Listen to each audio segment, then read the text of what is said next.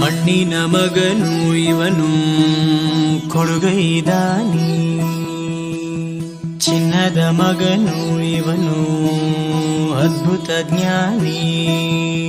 ಜನಸೇವೆಗೆಂದೇ ಹುಟ್ಟಿರುವ ದೇವರ ಕುಲವು, ಇವರ ನೆರಳೆ ಬಡವರಿಗೆ ನೂರಾನೆಯ ಬಲವು. ಈ ಮಣ್ಣಿಗೂ ಇವರ ಋಣವೈತೆ, ಪ್ರತಿ ಉಸಿರು ಇವರ ನೆನಪಿನೈತೆ. ಜಯ ರತ್ನಾಕರ ಜಯ ರತ್ನಾಕರ ಜಯ ರತ್ನಾಕರ ಜಯತೋ, ಜಯ ರತ್ನಾಕರ ಜಯ ರತ್ನಾಕರ ಜಯ ರತ್ನಾಕರ ಜಯತೋ. ಮಣ್ಣಿನ ಮಗನು ಇವನು ಕೊಡಗೈದಾನಿ, ಚಿನ್ನದ ಮಗನು ಇವನು ಅದ್ಭುತ ಜ್ಞಾನಿ. ಕಲಘಟಗಿ ಮತಕ್ಷೇತ್ರದ ಜನರು ನನಗೆ ರಾಜಕೀಯ ಮರುಜೀವನ ಕೊಟ್ಟಿರ್ತಕ್ಕಂಥವ್ರು. ನಾನು ಕಲಘಟಗಿಯಲ್ಲಿ ಇರ್ತೀನಿ, ಮುಂದೆ ಬರ್ತಕ್ಕಂಥ ದಿನಗಳಲ್ಲಿ ಇಲ್ಲೇ ಕಲಘಟಗಿಯಿಂದನೇ ಸ್ಪರ್ಧೆ ಮಾಡ್ತೀನಿ ಅಂತ ಈ ಸಂದರ್ಭ ಕೂಡ ಹೇಳಿಕ್ಕೆ ಇಚ್ಛೆ ಬಯಸ್ತೇನೆ ಬಂಧುಗಳೇ.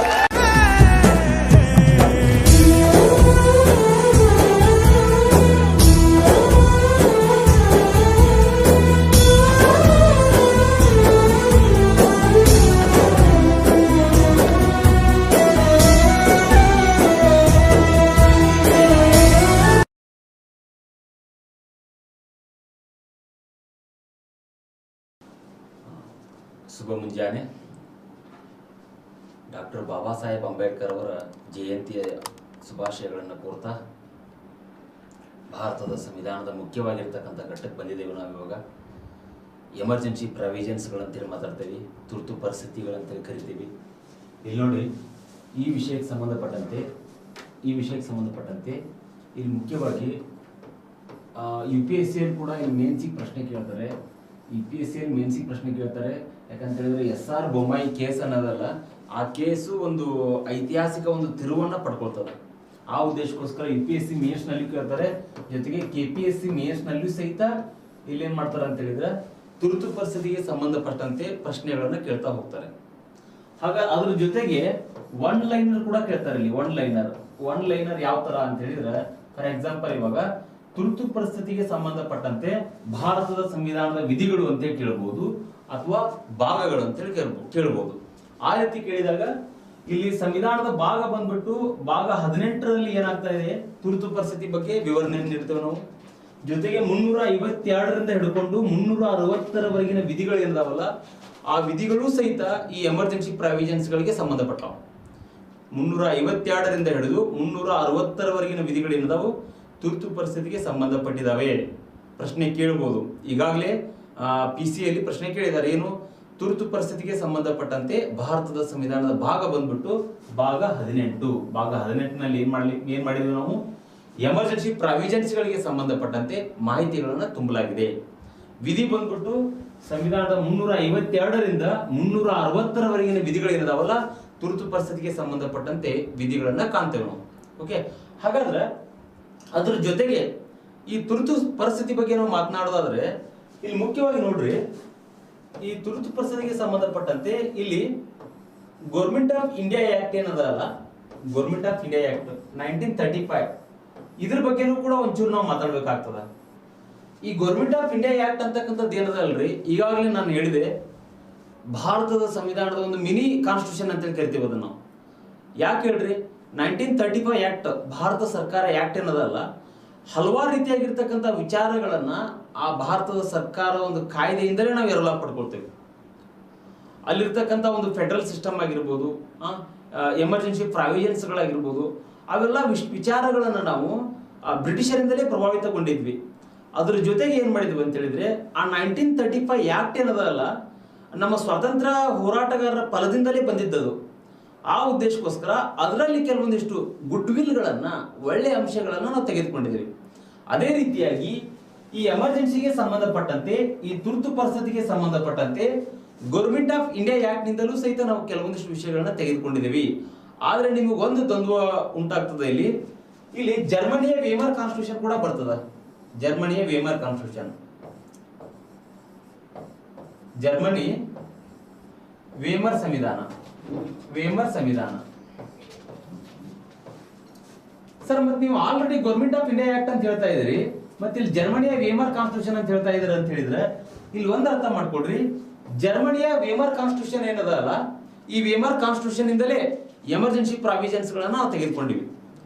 ಆದ್ರೆ ನಿಮಗೊಂದ್ ವೇಳೆ ಪ್ರಶ್ನೆ ಕೇಳಿದ್ರೆ, ಇಲ್ಲಿ ಏನಾದ್ರು ಪ್ರಶ್ನೆ ಕೇಳಿದ್ರೆ ಅಂತ ತಿಳ್ಕೊಡ್ರಿ, ಎಮರ್ಜೆನ್ಸಿಗೆ ಸಂಬಂಧಪಟ್ಟಂತೆ, ತುರ್ತು ಪರಿಸ್ಥಿತಿಗೆ ಸಂಬಂಧಪಟ್ಟಂತೆ ಯಾವ ದೇಶದಿಂದ ನಾವು ತೆಗೆದುಕೊಂಡಿದೀವಿ ಅಂತ ಹೇಳಿದ್ರೆ ಜರ್ಮನಿಯ ವೇಮರ್ ಕಾನ್ಸ್ಟಿಟ್ಯೂಷನ್ ಅಂತೇಳಿ ಅಲ್ಲಿ ಒಂದ್ ವೇಳೆ ನಿಮ್ಗೆ ಆಪ್ಷನ್ಸ್ ಅನ್ನು ಕೊಟ್ಟಿದೆ ಅಂದ್ರೆ ಹೇಗೆ ಕೊಡ್ಬೋದು, ಎಮರ್ಜೆನ್ಸಿ ಪ್ರಾವಿಷನ್ಸ್ ಗಳಿಗೆ ಸಂಬಂಧಪಟ್ಟಂತೆ ಈ ಕೆಳಗಿನ ಯಾವ ದೇಶದಿಂದ ತುರ್ತು ಪರಿಸ್ಥಿತಿಯನ್ನು ನಾವು ಎರವಲಾಗಿ ಪಡ್ಕೊಂಡಿದ್ದೇವೆ ಅಂತ ಹೇಳಿ ಕೊಟ್ಟಾಗ ಇಲ್ಲಿ ಒಂದ್ ಕಡೆ ರಷ್ಯಾ ಅಂತ ಹೇಳಿ ಕೊಡ್ಬೋದು, ಇನ್ನೊಂದ್ ಕಡೆ ಫ್ರಾನ್ಸ್ ಅಂತ ಹೇಳಿ ಕೊಡ್ಬೋದು, ಓಕೆ, ಇನ್ನೊಂದ್ ಕಡೆ ಏನ್ ಕೊಡ್ಬೋದು ಅಂತ ಹೇಳಿದ್ರೆ ಜಪಾನ್ ಅಂತ ಹೇಳಿ ಕೊಡ್ಬೋದು, ಇನ್ನೊಂದ್ ಕಡೆ ಮೂರನೇದು ಇಲ್ಲಿ ಜರ್ಮನಿಯ ವೇಮರ್ ಕಾನ್ಸ್ಟಿಟ್ಯೂಷನ್ ಅಂತ ಹೇಳಿ ಕೊಡ್ಬೋದು, ಜರ್ಮನಿಯ ವೇಮರ್ ಕಾನ್ಸ್ಟಿಟ್ಯೂಷನ್ ಅಂತ ಹೇಳಿ ಕೊಡ್ಬೋದು. ಈ ರೀತಿ ಕೊಟ್ಟಾಗ ನೀವೇನ್ ಮಾಡ್ತೀರಿ, ಜರ್ಮನಿಯ ವೇಮರ್ ಕಾನ್ಸ್ಟಿಟ್ಯೂಷನ್ ಅಂತ ಹೇಳಿ ಹಾಕ್ತೀರಿ. ಆದ್ರೆ ಅದ್ರ ಜೊತೆಗೆ ಇಲ್ಲಿ ಆಕ್ಟ್ಗಳನ್ನ ಕೊಟ್ಟಾಗ ತುರ್ತು ಪರಿಸ್ಥಿತಿಗೆ ಸಂಬಂಧಪಟ್ಟಂತೆ ಈ ಕೆಳಗಿನ ಯಾವುದು ಸರಿಯಾಗಿದೆ, ಅದರಲ್ಲಿ 1935ರ ಒಂದು ಗೌರ್ಮೆಂಟ್ ಆಕ್ಟ್ ನಿಂದಲೂ ಸಹಿತ ನಾವು ಈ ಎಮರ್ಜೆನ್ಸಿ ಪ್ರಾವಿಷನ್ಸ್ ಗೆ ಸಂಬಂಧಪಟ್ಟಂತೆ ಈ ಅಂಶಗಳನ್ನ ತೆಗೆದುಕೊಳ್ತೇವೆ ನಾವು. ಯಾಕಂತ ಹೇಳಿದ್ರೆ ಅಲ್ಲಿ ಫಂಡಮೆಂಟಲ್ ರೈಟ್ಸ್ ನ ಕೆಲವೊಂದಿಷ್ಟು ಏನಾಗ್ತಾವು ಉಲ್ಲಂಘನೆ ಆಗೋದನ್ನ ತಡೆಗಟ್ತೇವೆ ನಾವು. ಫಾರ್ ಎಕ್ಸಾಂಪಲ್ ಇವಾಗ 358 ಆರ್ಟಿಕಲ್ 358 ಪ್ರಕಾರ ಏನ್ ಮಾಡ್ತೇವೆ ನಾವು, ಓಕೆ, ಅಂದ್ರೆ ಕಾನ್ಸ್ಟಿಟ್ಯೂಷನ್ ಅಲ್ಲಿ 19ನೇ ವಿಧಿ ಏನದ ಅಲ್ಲ, ಅಲ್ಲಿರ್ತಕ್ಕಂಥ 6 ಫಂಡಮೆಂಟಲ್ ರೈಟ್ಸ್, 6 ಮೂಲಭೂತ ಹಕ್ಕುಗಳು ಸಹಿತ ಆಗಿನ ಸಂದರ್ಭದಲ್ಲಿ ಏನಾಗ್ತವೆ, ರದ್ದಾಗ್ತವೆ.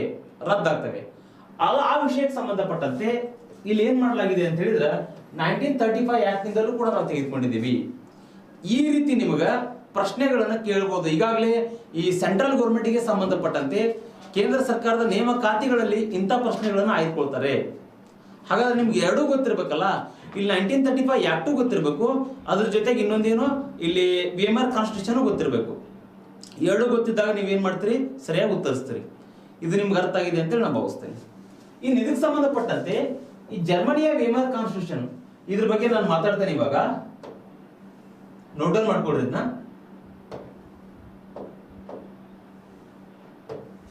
ಇಲ್ಲಿ ನೋಡ್ರಿ, ಜರ್ಮನಿಯ ವೇಮರ್ ಕಾನ್ಸ್ಟಿಟ್ಯೂಷನ್ ಇಂದ ನಾವು ತೆಗೆದುಕೊಂಡಿವಿ ಅಂತ ಹೇಳಿದ್ವಿ.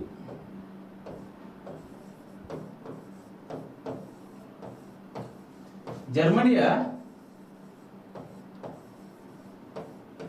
ವೇಮರ್ ಸಂವಿಧಾನ ಅಂತೇಳಿ ನಾನು ಹೇಳ್ಕೊಟ್ಟೆ.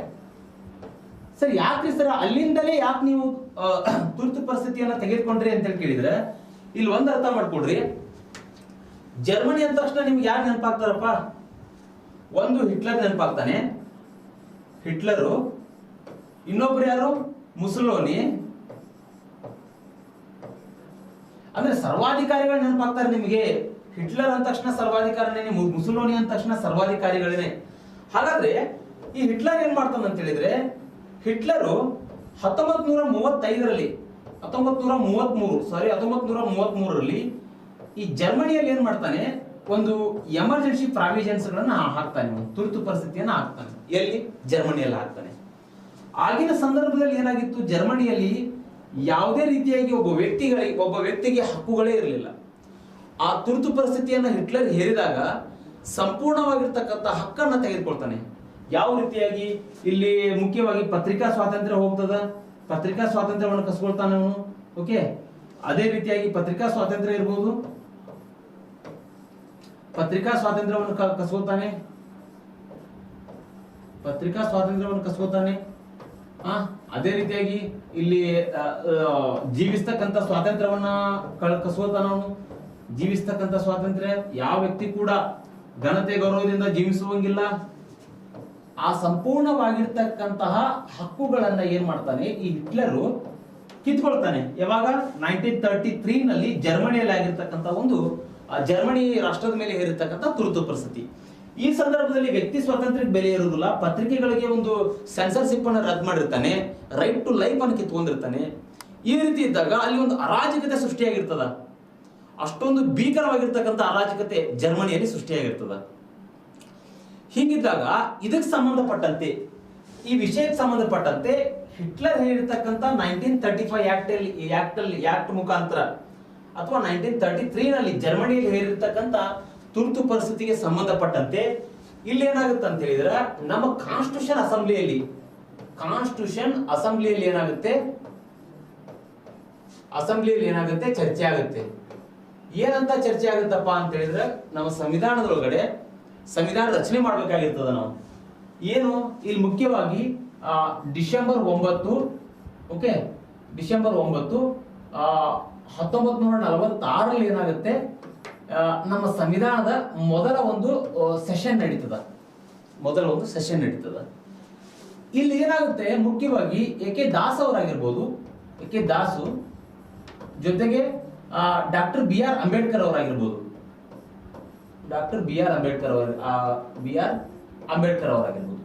ಓಕೆ. ಇವತ್ತು ನಾವು ಅವರನ್ನ ನೆನೆಸ್ಕೊಳ್ಳೇಬೇಕು. ಯಾಕಂತ ಹೇಳಿದ್ರೆ ಇವತ್ತು ಡಾಕ್ಟರ್ ಬಿ.ಆರ್. ಅಂಬೇಡ್ಕರ್ ಅವರ ಜಯಂತಿಯನ್ನು ನಾವು ಆಲ್ ಓವರ್ ಇಡೀ ವಿಶ್ವದಾದ್ಯಂತಲೂ ಕೂಡ ಇವತ್ತು ನಾವು ತುಂಬಾ ವಿಜೃಂಭಣೆಯಿಂದ ಮಾಡ್ತಾ ಇದ್ದೇವೆ. ಯಾಕಂತ ಹೇಳಿದ್ರೆ ಇವತ್ತು ಅವರು ಕೊಟ್ಟಿರ್ತಕ್ಕಂಥ ಕೆಲವೊಂದಿಷ್ಟು ಆದರ್ಶಗಳಾಗಿರ್ಬೋದು, ಅವರು ನಮ್ಮ ಸಂವಿಧಾನಕ್ಕೆ ನೀಡಿರ್ತಕ್ಕಂಥ ಕೆಲವೊಂದಿಷ್ಟು ಉತ್ತಮವಾಗಿರ್ತಕ್ಕಂಥ ಮೌಲ್ಯಗಳಾಗಿರ್ಬೋದು, ಅವೆಲ್ಲಗಳು ಕೂಡ ಏನಂತ ಹೇಳಿದ್ರೆ ಇವತ್ತಿನ ದಿನಮಾನದಲ್ಲಿ ತುಂಬಾ ಮಹತ್ವವನ್ನು ಪಡ್ಕೊಳ್ತವೆ. ಹೀಗಾಗಿ ಅವರ ಜಯಂತಿಯನ್ನ ಇವತ್ತು ಆಚರಣೆ ಮಾಡ್ತಾ ಇದ್ದೇವಲ್ಲ ನಾವು, ಆ ಜಯಂತಿಯನ್ನ ಆಚರಣೆ ಮಾಡ್ಬೇಕಾಗಿತ್ತಂತ ಹೇಳಿದ್ರೆ ಮುಖ್ಯವಾಗಿ ಆ ಡಾಕ್ಟರ್ ಬಿ.ಆರ್. ಅಂಬೇಡ್ಕರ್ ಅವರ ಆದರ್ಶಗಳೇನದಾವಲ್ಲ, ಆದರ್ಶಗಳು, ಮೌಲ್ಯಗಳು, ಸಂವಿಧಾನಕ್ಕೆ ನೀಡಿರ್ತಕ್ಕಂಥ ಕೊಡುಗೆಗಳು, ಈ ರೀತಿ ಅವರ ಒಂದು ಸಿದ್ಧಾಂತಗಳನ್ನು ನಾವೇನ್ ಮಾಡಬೇಕು, ಅಧ್ಯಯನ ಮಾಡಬೇಕು.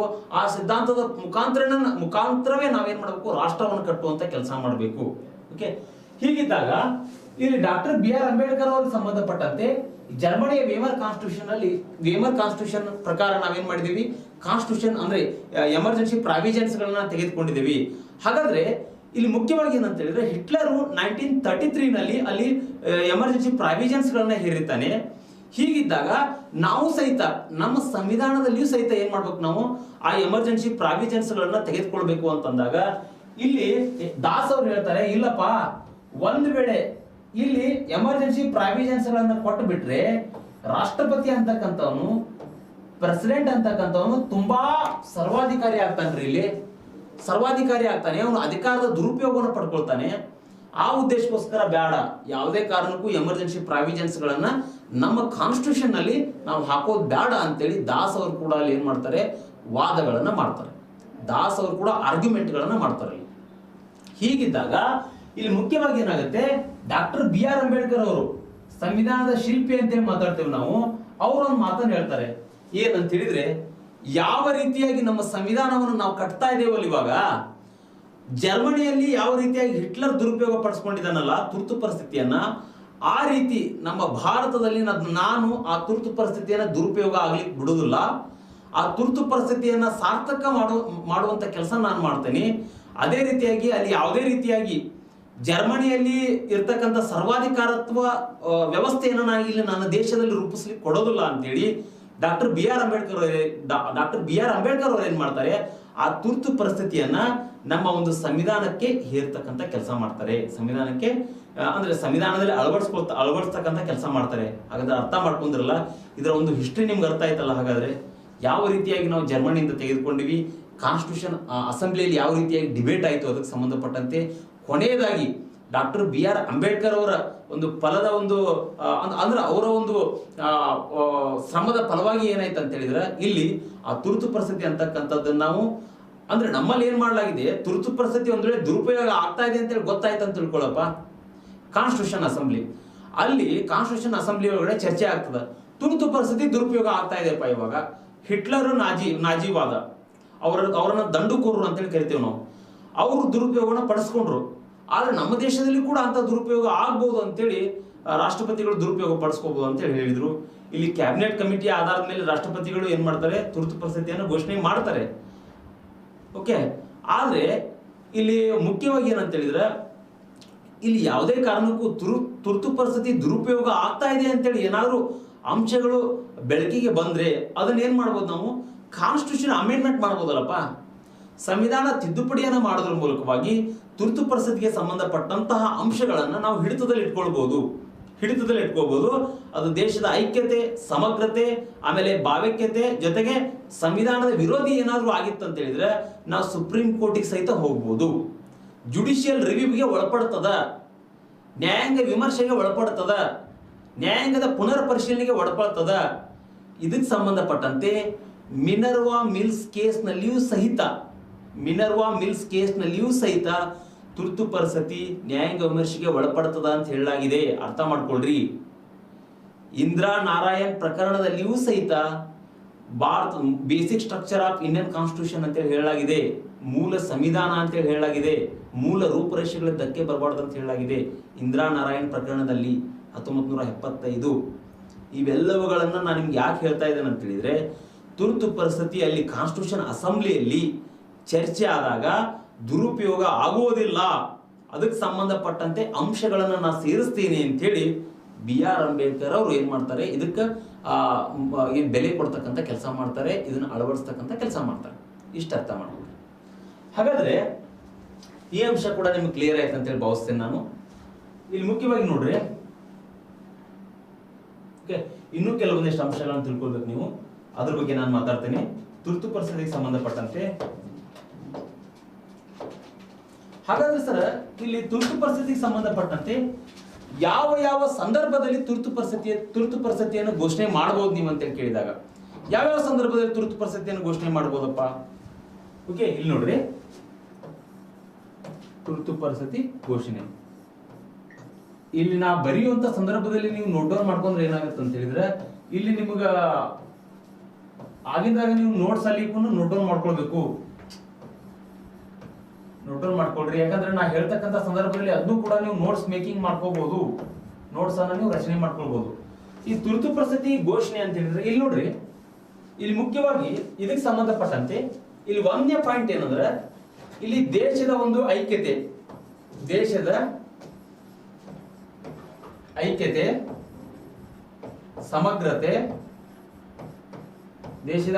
ಸಮಗ್ರತೆ, ಸಾರ್ವಭೌಮತ್ವ, ಇಟ್ ಮೀನ್ಸ್ ಪರಮಾಧಿಕಾರ, ಅದನ್ನ ಸಾವರ್ನಿಟಿ ಅಂತ ಕರಿತೇವೆ.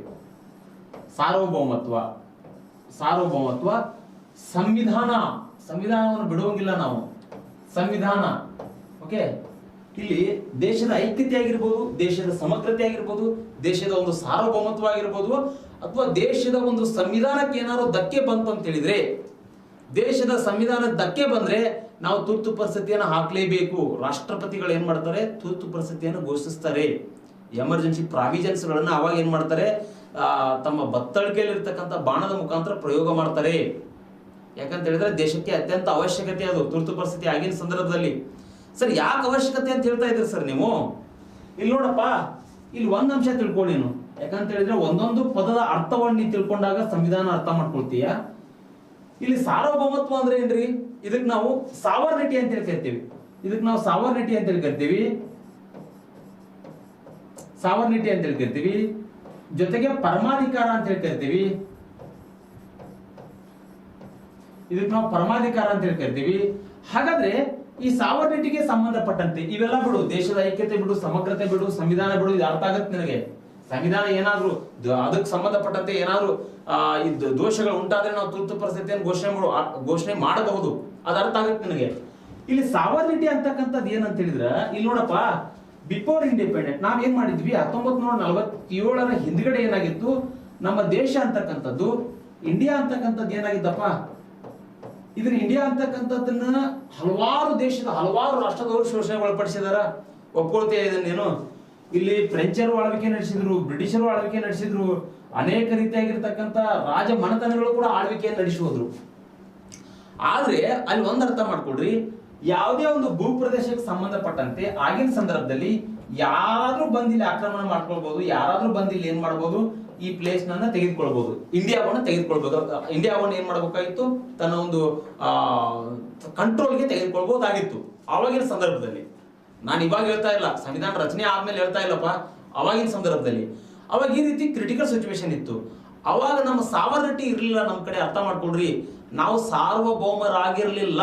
ಇಟ್ ಮೀನ್ಸ್ ನಾವು ಅಂದ್ರೆ ಸಾರ್ವಭೌಮತ್ವ ಅಂತ ಹೇಳಿದ್ರೆ ಒಂದು ದೇಶ ಆಂತರಿಕವಾಗಿ ಆಗಿರ್ಬೋದು, ಬಾಹ್ಯವಾಗಿ ಆಗಿರ್ಬೋದು, ಯಾವುದೇ ಒಂದು ದೇಶದ ಹಿಡಿತಕ್ಕೆ ಒಳಪಟ್ಟಿಲ್ಲ.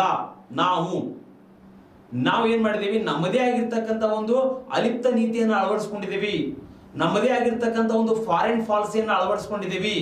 ಅಂದ್ರೆ ಏನಪ್ಪಾ ಅಂತ ಹೇಳಿದ್ರೆ, ಇಲ್ಲಿ ನಾವು ವಿಶ್ವದಲ್ಲಿಯೇ ಬಲಿಷ್ಠವಾಗಿರ್ತಕ್ಕಂಥ ರಾಷ್ಟ್ರಗಳೇನದಾವಲ್ಲ, ಉದಾಹರಣೆಗೆ ಇಲ್ಲಿ ನೋಡ್ರಿ, ರಷ್ಯಾ ಆಗಿರ್ಬೋದು, ಓಕೆ, USA ಆಗಿರ್ಬೋದು, ಇವು ಸಪರೇಟ್ ಆಗಿರ್ತಕ್ಕಂಥ ಬಣಗಳನ್ನ ಕಟ್ಕೊಂಡಿದ್ದಾವೆ, ಸಪರೇಟ್ ಆಗಿರ್ತಕ್ಕಂಥ ಬಣಗಳನ್ನ ಕಟ್ಕೊಂಡಿದ್ದಾವೆ.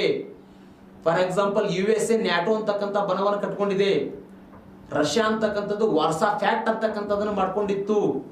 ಆದ್ರೆ ಭಾರತ ಇಲ್ಲಿ ಯಾವುದೇ ರೀತಿಯಾಗಿರ್ತಕ್ಕಂಥ ಬಣಕ್ಕೂ ಸೇರಿಲ್ಲ, ಯಾವುದೇ ರೀತಿಯಾಗಿರ್ತಕ್ಕಂಥ ಬಣಕ್ಕೂ ಸೇರಿಲ್ಲ. ಅಂದ್ರೆ ಏನ್ರಿ, ಇಲ್ಲಿ ನಮ್ಮ ಒಂದು ಪರಮಾಧಿಕಾರತ್ವ, ನಮ್ಮ ಒಂದು ಸಾರ್ವಭೌಮತ್ವಕತೆಯನ್ನು ನಾವು ಯಾವುದೇ ರಾಷ್ಟ್ರಕ್ಕೂ ಬಿಟ್ಟು ಕೊಟ್ಟಿಲ್ಲ. ಇಲ್ಲಿ ಧಕ್ಕೆ ಆಗ್ತದ ಅಂತ ಹೇಳಿದ್ರೆ ಏನಪ್ಪಾ ಅಂತ ಹೇಳಿದ್ರೆ, ಇಲ್ಲಿ ಫಾರ್ ಎಕ್ಸಾಂಪಲ್ ಇವಾಗ ರಷ್ಯಾದವರು ಅಥವಾ US ದವರು ಬಲಿಷ್ಠ ರಾಷ್ಟ್ರಗಳದಾವ ಅಂತೇಳಿ ಇಂಡಿಯಾ ಮೇಲೆ ಏನಾದ್ರೂ ಇಲ್ಲಿ ಬಲ ಪ್ರಯೋಗವನ್ನು ಮಾಡೋದ್ರ ಮೂಲಕವಾಗಿ ಒಂದು ಪ್ರದೇಶಕ್ಕೆ ಸಂಬಂಧಪಟ್ಟಂತೆ ಇಲ್ಲಿ ಹಸ್ತಕ್ಷೇಪವನ್ನು ಏನಾದ್ರೂ ಮಾಡಕತ್ರ ನಾವು ಏನ್ ಮಾಡಬಹುದು, ತುರ್ತು ಪರಿಸ್ಥಿತಿಯನ್ನು ಘೋಷಣೆ ಮಾಡಬಹುದು. ಅದ್ರ ಜೊತೆಗೆ ಇಲ್ಲಿ ಪಾಕಿಸ್ತಾನ ಅಂತಕ್ಕಂಥದ್ದು ಏನಂದ್ರೆ, ಇಲ್ಲಿ ಜಮ್ಮು ಕಾಶ್ಮೀರದ ಮೇಲೆ ಏನಾದ್ರೂ ದಾಳಿ ಮಾಡಿ ಈ ಪ್ರದೇಶವನ್ನ ತನ್ನ ಹತೋಟಿಗೆ ಪಡೆದುಕೊಳ್ಬೇಕಂತ ಹೇಳಿ ಏನಾದ್ರೂ ತೀರ್ಮಾನವನ್ನು ಮಾಡ್ಲಿಕ್ಕೆ ಸ್ಟಾರ್ಟ್ ಮಾಡಿದ್ರೆ ಅದು ನಮ್ಮ ಸಾರ್ವಭೌಮತ್ವಕ್ಕೆ ಧಕ್ಕೆ. ಅರ್ಥ ಮಾಡ್ಕೊಳ್ರಿ, ನಮ್ಮ ಪರಮಾಧಿಕಾರಕ್ಕೆ ಧಕ್ಕೆ. ಅರ್ಥ ಮಾಡ್ಕೊಳ್ರಿ. ಚೈನಾ ಏನಾದ್ರೂ ಅರುಣಾಚಲ್ ಪ್ರದೇಶದ ಭಾಗವನ್ನ ವಶಪಡಿಸ್ಕೊಳ್ಳಿಕ್ಕೆ ಏನಾದ್ರೂ ಪ್ರಯತ್ನ ಪಟ್ರೆ ಅದು ಕೂಡ ನಮ್ಮ ಸಾರ್ವಭೌಮತ್ವಕ್ಕೆ ಧಕ್ಕೆ, ಅದು ಕೂಡ ನಮ್ಮ ಪರಮಾಧಿಕಾರತ್ವಕ್ಕೆ ಧಕ್ಕೆ. ಈ ರೀತಿ ಸಿಚುವೇಶನ್ ಇದ್ದಾಗ ನಾವೇನ್ ಮಾಡ್ಬೋದು ಅಂತ ಹೇಳಿದ್ರೆ, ಇಲ್ಲಿ ಅರ್ಥ ಮಾಡ್ಕೊಳ್ರಿ, ತುರ್ತು ಪರಿಸ್ಥಿತಿಯನ್ನು ಘೋಷಣೆ ಮಾಡಬಹುದು. ಯಾಕೆ ಘೋಷಣೆ ಮಾಡ್ಬೋದಪ್ಪ, ಇಲ್ಲಿ ದೇಶದ ಐಕ್ಯತೆ, ದೇಶದ ಸಮಗ್ರತೆ, ದೇಶದ ಸಾರ್ವಭೌಮತ್ವ, ಸಂವಿಧಾನಕ್ಕೆ ಏನಾದ್ರು ಧಕ್ಕೆ ಬಂದಾಗ ಎಮರ್ಜೆನ್ಸಿಗಳನ್ನ ಹೇರಬಹುದು. ಯಾರು ಹೇರಬಹುದ್ರಿ? ರಾಷ್ಟ್ರಪತಿ ಹೇರಬಹುದು. ಅರ್ಥ ಮಾಡ್ಕೊಳ್ರಿ, ಇಷ್ಟು ಕಾನ್ಸೆಪ್ಟ್ ನಿಮ್ಗೆ ಕ್ಲಿಯರಿಟಿ ಆಗ್ಬೇಕು. ಅದ್ರ ಜೊತೆಗೆ ಇದನ್ನ ನೋಟ್ ಡೌನ್ ಮಾಡ್ಕೊಳ್ರಿ. ಇನ್ನೊಂದು ಅಂಶ ಹೇಳ್ಕೊಡ್ತೇನೆ ನಿಮ್ಗ,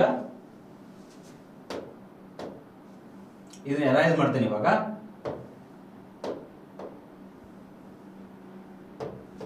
ಇಲ್ಲಿ ಸೆಕೆಂಡ್ ಪಾಯಿಂಟ್ ಏನಂತ ಹೇಳಿದ್ರೆ, ಈ ತುರ್ತು ಪರಿಸ್ಥಿತಿಗೆ ಸಂಬಂಧಪಟ್ಟಂತೆ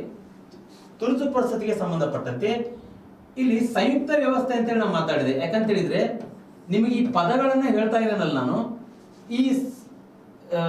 ಈ ಪದಗಳ ಬಗ್ಗೆ ಈಗಾಗಲೇ ನಾನು ಸಂಯುಕ್ತ ವ್ಯವಸ್ಥೆ ಅಂದ್ರೆ ಏನು, ಏಕಾತ್ಮಕ ವ್ಯವಸ್ಥೆ ಅಂದ್ರೆ ಏನು, ಅದರಲ್ಲಿ ಇರ್ತಕ್ಕಂಥ ಅಂಶಗಳೇನು, ಅದೆಲ್ಲದ್ರ ಬಗ್ಗೆ ಕೂಡ ನಿಮ್ಗೆ ಏನ್ ಮಾಡಿದ್ದೇನೆ, ಕ್ಲಾಸ್ ಅಂತ ತೆಗೆದುಕೊಂಡಿದ್ದೇನೆ. ಅವುಗಳ ಫೀಚರ್ಸ್ ಬಗ್ಗೆ ನಿಮ್ಗೆ ಮಾಹಿತಿ ಕೊಟ್ಟಿದ್ದೇನೆ.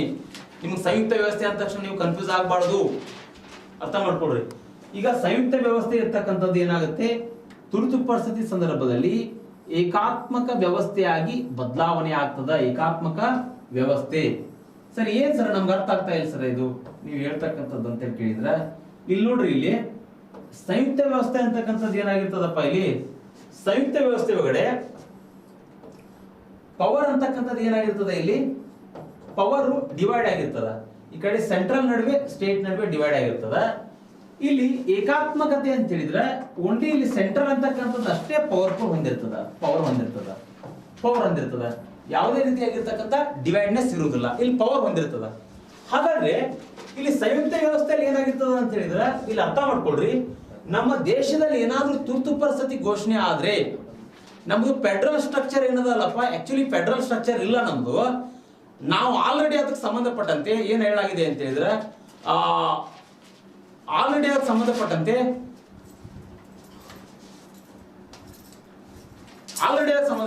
ಫೆಡರಲ್ ಸಂಬಂಧಪಟ್ಟಂತೆ KCVR ಅವರು ಕೂಡ ಒಂದು ಮಾತು ಹೇಳ್ತಾರೆ. ಅರ್ಥ ಮಾಡ್ಕೊಡ್ರಿ, ಇದು ಇಂಪಾರ್ಟೆಂಟ್. ಕ್ವಾಸಿ ಫೆಡರಲ್ ಅಂತಕ್ಕಂಥ ಪದವನ್ನು ಬಳಕೆ ಮಾಡ್ತಾರೆ ಅವರು.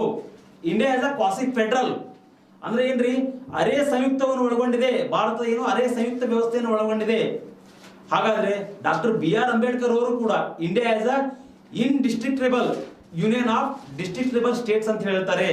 ಇವೆಲ್ಲ ಪದಗಳು ಇಲ್ಲಿ ನೀವು ಅಪ್ಲೈ ಮಾಡ್ಕೊಳ್ಬೇಕಾಗ್ತದ. ಹಾಗಾದ್ರೆ ಇಲ್ಲಿ ಏನಪ್ಪಾ ಅಂತ ಹೇಳಿದ್ರೆ, ಸಂಯುಕ್ತ ವ್ಯವಸ್ಥೆ ಅಂತ ಏನಿತ್ತಲ್ರಿ, ಪವರ್ ಅಂತಕ್ಕಂಥದ್ದು ಸ್ಟೇಟ್ ಮತ್ತು ಸೆಂಟ್ರಲ್ ನಡುವೆ ಏನ್ ಡಿವೈಡ್ ಆಗ್ತಿತ್ತಲ್ಲ, ಅದು ಹೋಗ್ಬಿಡ್ತದ, ಅದು ಹೋಗ್ತದ ರೀ.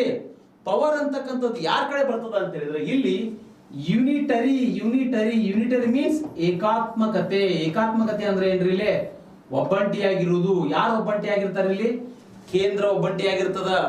ಪವರ್ ಅಂತಕ್ಕಂಥದ್ದು ಅತಿ ಹೆಚ್ಚು ಪವರ್ ಅನ್ನ ಈ ಒಂದು ಕೇಂದ್ರ ಸರ್ಕಾರ ಪಡ್ಕೊಳ್ತದ. ಯಾಕಂತ ಹೇಳಿದ್ರೆ ಇದ್ರ ಒಳಾರ್ಥ ಬೇರೆ ಇರ್ತದ. ರಾಷ್ಟ್ರಪತಿ ಘೋಷಣೆ ಮಾಡಿದ್ರು ಸಹಿತ ನಮ್ಮ ಸಂವಿಧಾನದಲ್ಲಿ ಕೇಂದ್ರ ಸರ್ಕಾರದ ಅಣತಿಯಂತೆ ಕೂಡ ರಾಷ್ಟ್ರಪತಿ ಕೆಲಸ ಮಾಡ್ತಾರೆ. ಅದಕ್ಕೆ ಹಲವಾರು ರೀತಿಯಾಗಿರ್ತಕ್ಕಂಥ ನಿದರ್ಶನಗಳದಾವೆ. ಇತಿಹಾಸವನ್ನು ತೆಗೆದು ನೋಡಿದಾಗ ನಮ್ಗೆ ಗೊತ್ತಾಗುತ್ತೆ. ಹಾಗಾದ್ರೆ ಇಲ್ಲಿ ಏನ್ ಅರ್ಥ ಮಾಡ್ಕೊಳ್ಬೇಕಪ್ಪ ಅಂತ ಹೇಳಿದ್ರೆ, ನೀವು ಫೆಡ್ರಲ್ ಅಂತಕ್ಕಂಥದ್ದು ಹೋಗ್ತದಪ್ಪ, ಪ್ರಶ್ನೆ ಕೇಳ್ಬೋದು. ತುರ್ತು ಪರಿಸ್ಥಿತಿಗೆ ಸಂಬಂಧಪಟ್ಟಂತೆ ಈ ಕೆಳಗಿನ ಯಾವ ಹೇಳಿಕೆಗಳು ಸರಿಯಾಗಿವೆ ಅಂತೇಳಿ ಪ್ರಶ್ನೆ ಕೊಟ್ಟು ನಿಮ್ಗ ಅಲ್ಲಿ ಕೇಳ್ಬೋದು.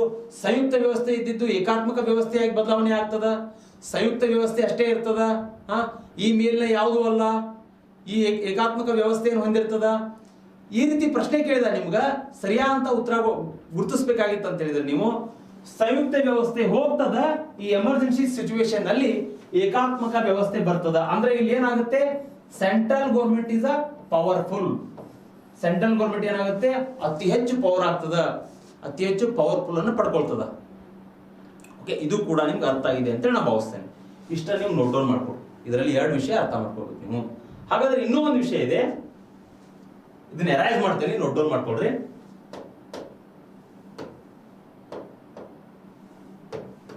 ಮೂರನೇದೇನಂದ್ರ ತುರ್ತು ಪರಿಸ್ಥಿತಿಗೆ ಸಂಬಂಧಪಟ್ಟಂತೆ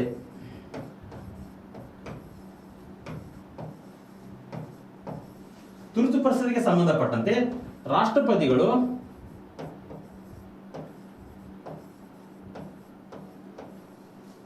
ಇದನ್ನ ಇಡೀ ಭಾರತದಾದ್ಯಂತ ಘೋಷಿಸಬಹುದು, ಅಥವಾ ಒಂದು ನಿರ್ದಿಷ್ಟ ಪ್ರದೇಶಕ್ಕೆ ಸಂಬಂಧಪಟ್ಟಂತೆ ಘೋಷಿಸಬಹುದು.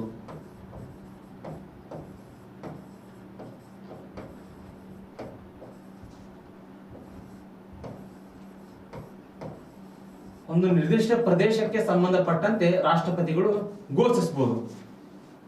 ಘೋಷಿಸುವಿಕೆ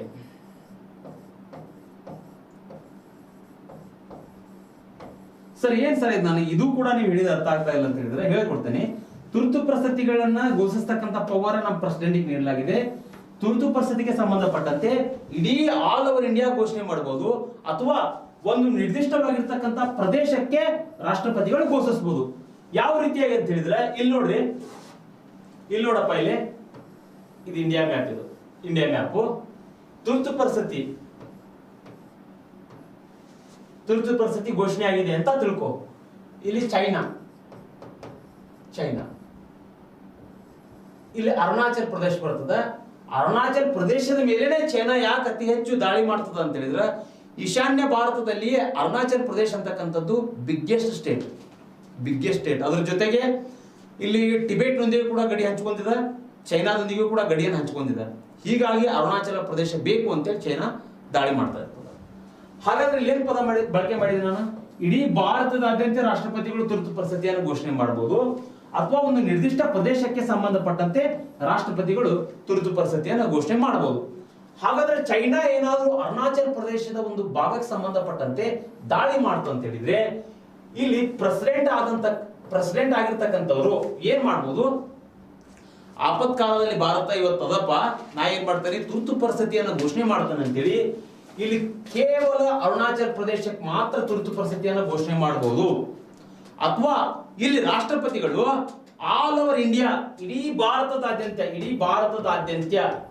ಆಲ್ ಓವರ್ ಇಂಡಿಯಾ ಪ್ರತಿ ಸ್ಟೇಟ್ ಕೂಡ ಒಳಪಡ್ತದ ರೀ, ಪ್ರತಿ ಸ್ಟೇಟ್ ಕೂಡ ಒಳಪಡ್ತವೆ. ಇಡೀ ದೇಶಾದ್ಯಂತಲೂ ಕೂಡ ಘೋಷಣೆ ಮಾಡಬಹುದು. ಅಂತ ಪವರ್ ಯಾರಿಗದರಿ, ನಮ್ಮ ರಾಷ್ಟ್ರಪತಿಗಳಿಗದ. ಹಾಗಾದ್ರೆ ಇದು ಕೂಡ ಕಾನ್ಸೆಪ್ಟ್ ನಿಮ್ಗೆ ಅರ್ಥ ಆಗಿದೆ ಅಂತ ಹೇಳಿ ನಾನು ಭಾವಿಸ್ತೇನೆ. ಜೊತೆಗೆ ಇಲ್ಲಿ ನೋಡ್ರಿ, ಇದು ತುರ್ತು ಪರಿಸ್ಥಿತಿಗೆ ಸಂಬಂಧಪಟ್ಟಿರ್ತಕ್ಕಂತಹ ವಿಧಗಳು. ಸರ್ ನೋಡ್ರಿ, ತುರ್ತು ಪರಿಸ್ಥಿತಿ ಬಗ್ಗೆ ನೀವು ಹೇಳ್ಕೊಡ್ತಾ ಇದ್ರಿ. ಇವಾಗ ತುರ್ತು ಪರಿಸ್ಥಿತಿಗೆ ಸಂಬಂಧಪಟ್ಟಂತೆ ರಾಷ್ಟ್ರಪತಿಗಳು ಘೋಷಣೆ ಮಾಡಬಹುದು ಅಂತೇಳಿ ಹೇಳಿದ್ರಿ. ಓಕೆ, ಆದ್ರೆ ಇದಕ್ಕೆ ಸಂಬಂಧಪಟ್ಟಿರ್ತಕ್ಕಂಥ ಕೆಲವೊಂದಿಷ್ಟು ಅಂಶಗಳು ಹೇಳ್ತಾ ಹೋಗ್ತೇನೆ ನಾನು, ಅದನ್ನ ನೀವು ನೋಟ್ ಡೌನ್ ಮಾಡ್ಕೊಳ್ಬೇಕು. ಇಲ್ಲಿ ಮುಖ್ಯವಾಗಿ ಒಂದೇದೇನಂದ್ರ ನ್ಯಾಷನಲ್ ಎಮರ್ಜೆನ್ಸಿ ಅಂತ ಹೇಳಿ ಕರಿತೀವಿ, ರಾಷ್ಟ್ರೀಯ ತುರ್ತು ಪರಿಸ್ಥಿತಿ ಅಂತ ಕರಿತೀವಿ ನಾವು. First point article 352. ಈ 352 ಆರ್ಟಿಕಲ್ಗೆ 4 ಕೂಡಿಸಿದ್ರೆ 356 ಆಗ್ತದ. 356 ಆರ್ಟಿಕಲ್ಗೆ ಏನ್ ಮಾಡ್ಬೇಕು, ಮತ್ತೆ 4 ಕೂಡಿಸ್ರಿ 360 ಆಗ್ತದ. ಇಷ್ಟ, ಇದನ್ನ ಒಂದು ನೆನಪಿಟ್ಕೋಬೇಕು ನೀವು. ರಾಷ್ಟ್ರೀಯ ತುರ್ತು ಪರಿಸ್ಥಿತಿ 352ನೇ ವಿಧಿ ಪ್ರಕಾರ ಘೋಷಣೆ, ರಾಜ್ಯ ತುರ್ತು ಪರಿಸ್ಥಿತಿ 356ನೇ ವಿಧಿ ಪ್ರಕಾರ ಘೋಷಣೆ, ಇಲ್ಲಿ ಹಣಕಾಸಿನ ತುರ್ತು ಪರಿಸ್ಥಿತಿ 360ನೇ ವಿಧಿ ಪ್ರಕಾರ ಘೋಷಣೆ. ಹಾಗಾದ್ರೆ ಇಲ್ಲಿ 3 ರೀತಿಯಾಗಿರ್ತಕ್ಕಂಥ ತುರ್ತು ಪರಿಸ್ಥಿತಿಗಳನ್ನ ಕೇಳ್ತಾರೆ. ನಿಮಗೆ PC, SDA ಇಂಥ ಕೆಲವೊಂದಿಷ್ಟು ಸ್ಪರ್ಧಾತ್ಮಕ ಪರೀಕ್ಷೆಗಳಿಗೆ ಏನ್ ಮಾಡಬಹುದು ಇಷ್ಟೇ, ರಾಷ್ಟ್ರೀಯ ತುರ್ತು ಪರಿಸ್ಥಿತಿ, ರಾಜ್ಯ ತುರ್ತು ಪರಿಸ್ಥಿತಿ, ಹಣಕಾಸಿನ ತುರ್ತು ಪರಿಸ್ಥಿತಿ, ಇದಕ್ಕೆ ಸಂಬಂಧಪಟ್ಟಂತೆ ವಿಧಿಗಳನ್ನ ಕೇಳಬಹುದು.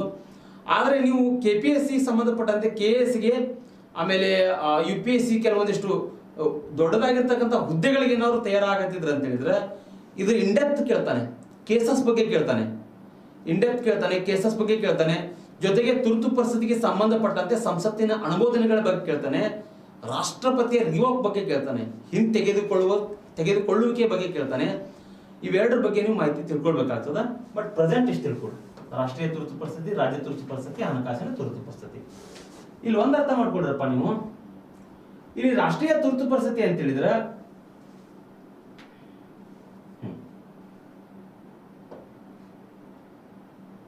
ಓಕೆ, ಇಲ್ಲಿ ರಾಷ್ಟ್ರೀಯ ತುರ್ತು ಪರಿಸ್ಥಿತಿ ಅಂದ ತಕ್ಷಣ ಇದ್ರ ಬಗ್ಗೆ ಒಂಚೂರು ಕ್ಲಾರಿಫೈ ಮಾಡ್ತೇನೆ ನಾನು. ಇಲ್ಲಿ ದೇಶಕ್ಕೆ ಸಂಬಂಧಪಟ್ಟಂತೆ ಓಕೆ, ರಾಷ್ಟ್ರೀಯ ತುರ್ತು ಪರಿಸ್ಥಿತಿಯಲ್ಲಿ ಏನಾಗುತ್ತೆ ಅಂತ ಹೇಳಿದ್ರೆ ಇಲ್ಲಿ ಒಂದ್ ಅರ್ಥ ಮಾಡ್ಕೊಡ್ರಿ, ರಾಷ್ಟ್ರೀಯ ತುರ್ತು ಪರಿಸ್ಥಿತಿಯಲ್ಲಿ ಏನಾದ್ರೂ ಯುದ್ಧ ಆದಾಗ, ಯುದ್ಧ ಓಕೆ, ಬಾಹ್ಯ ಆಕ್ರಮಣ ಆದಾಗ,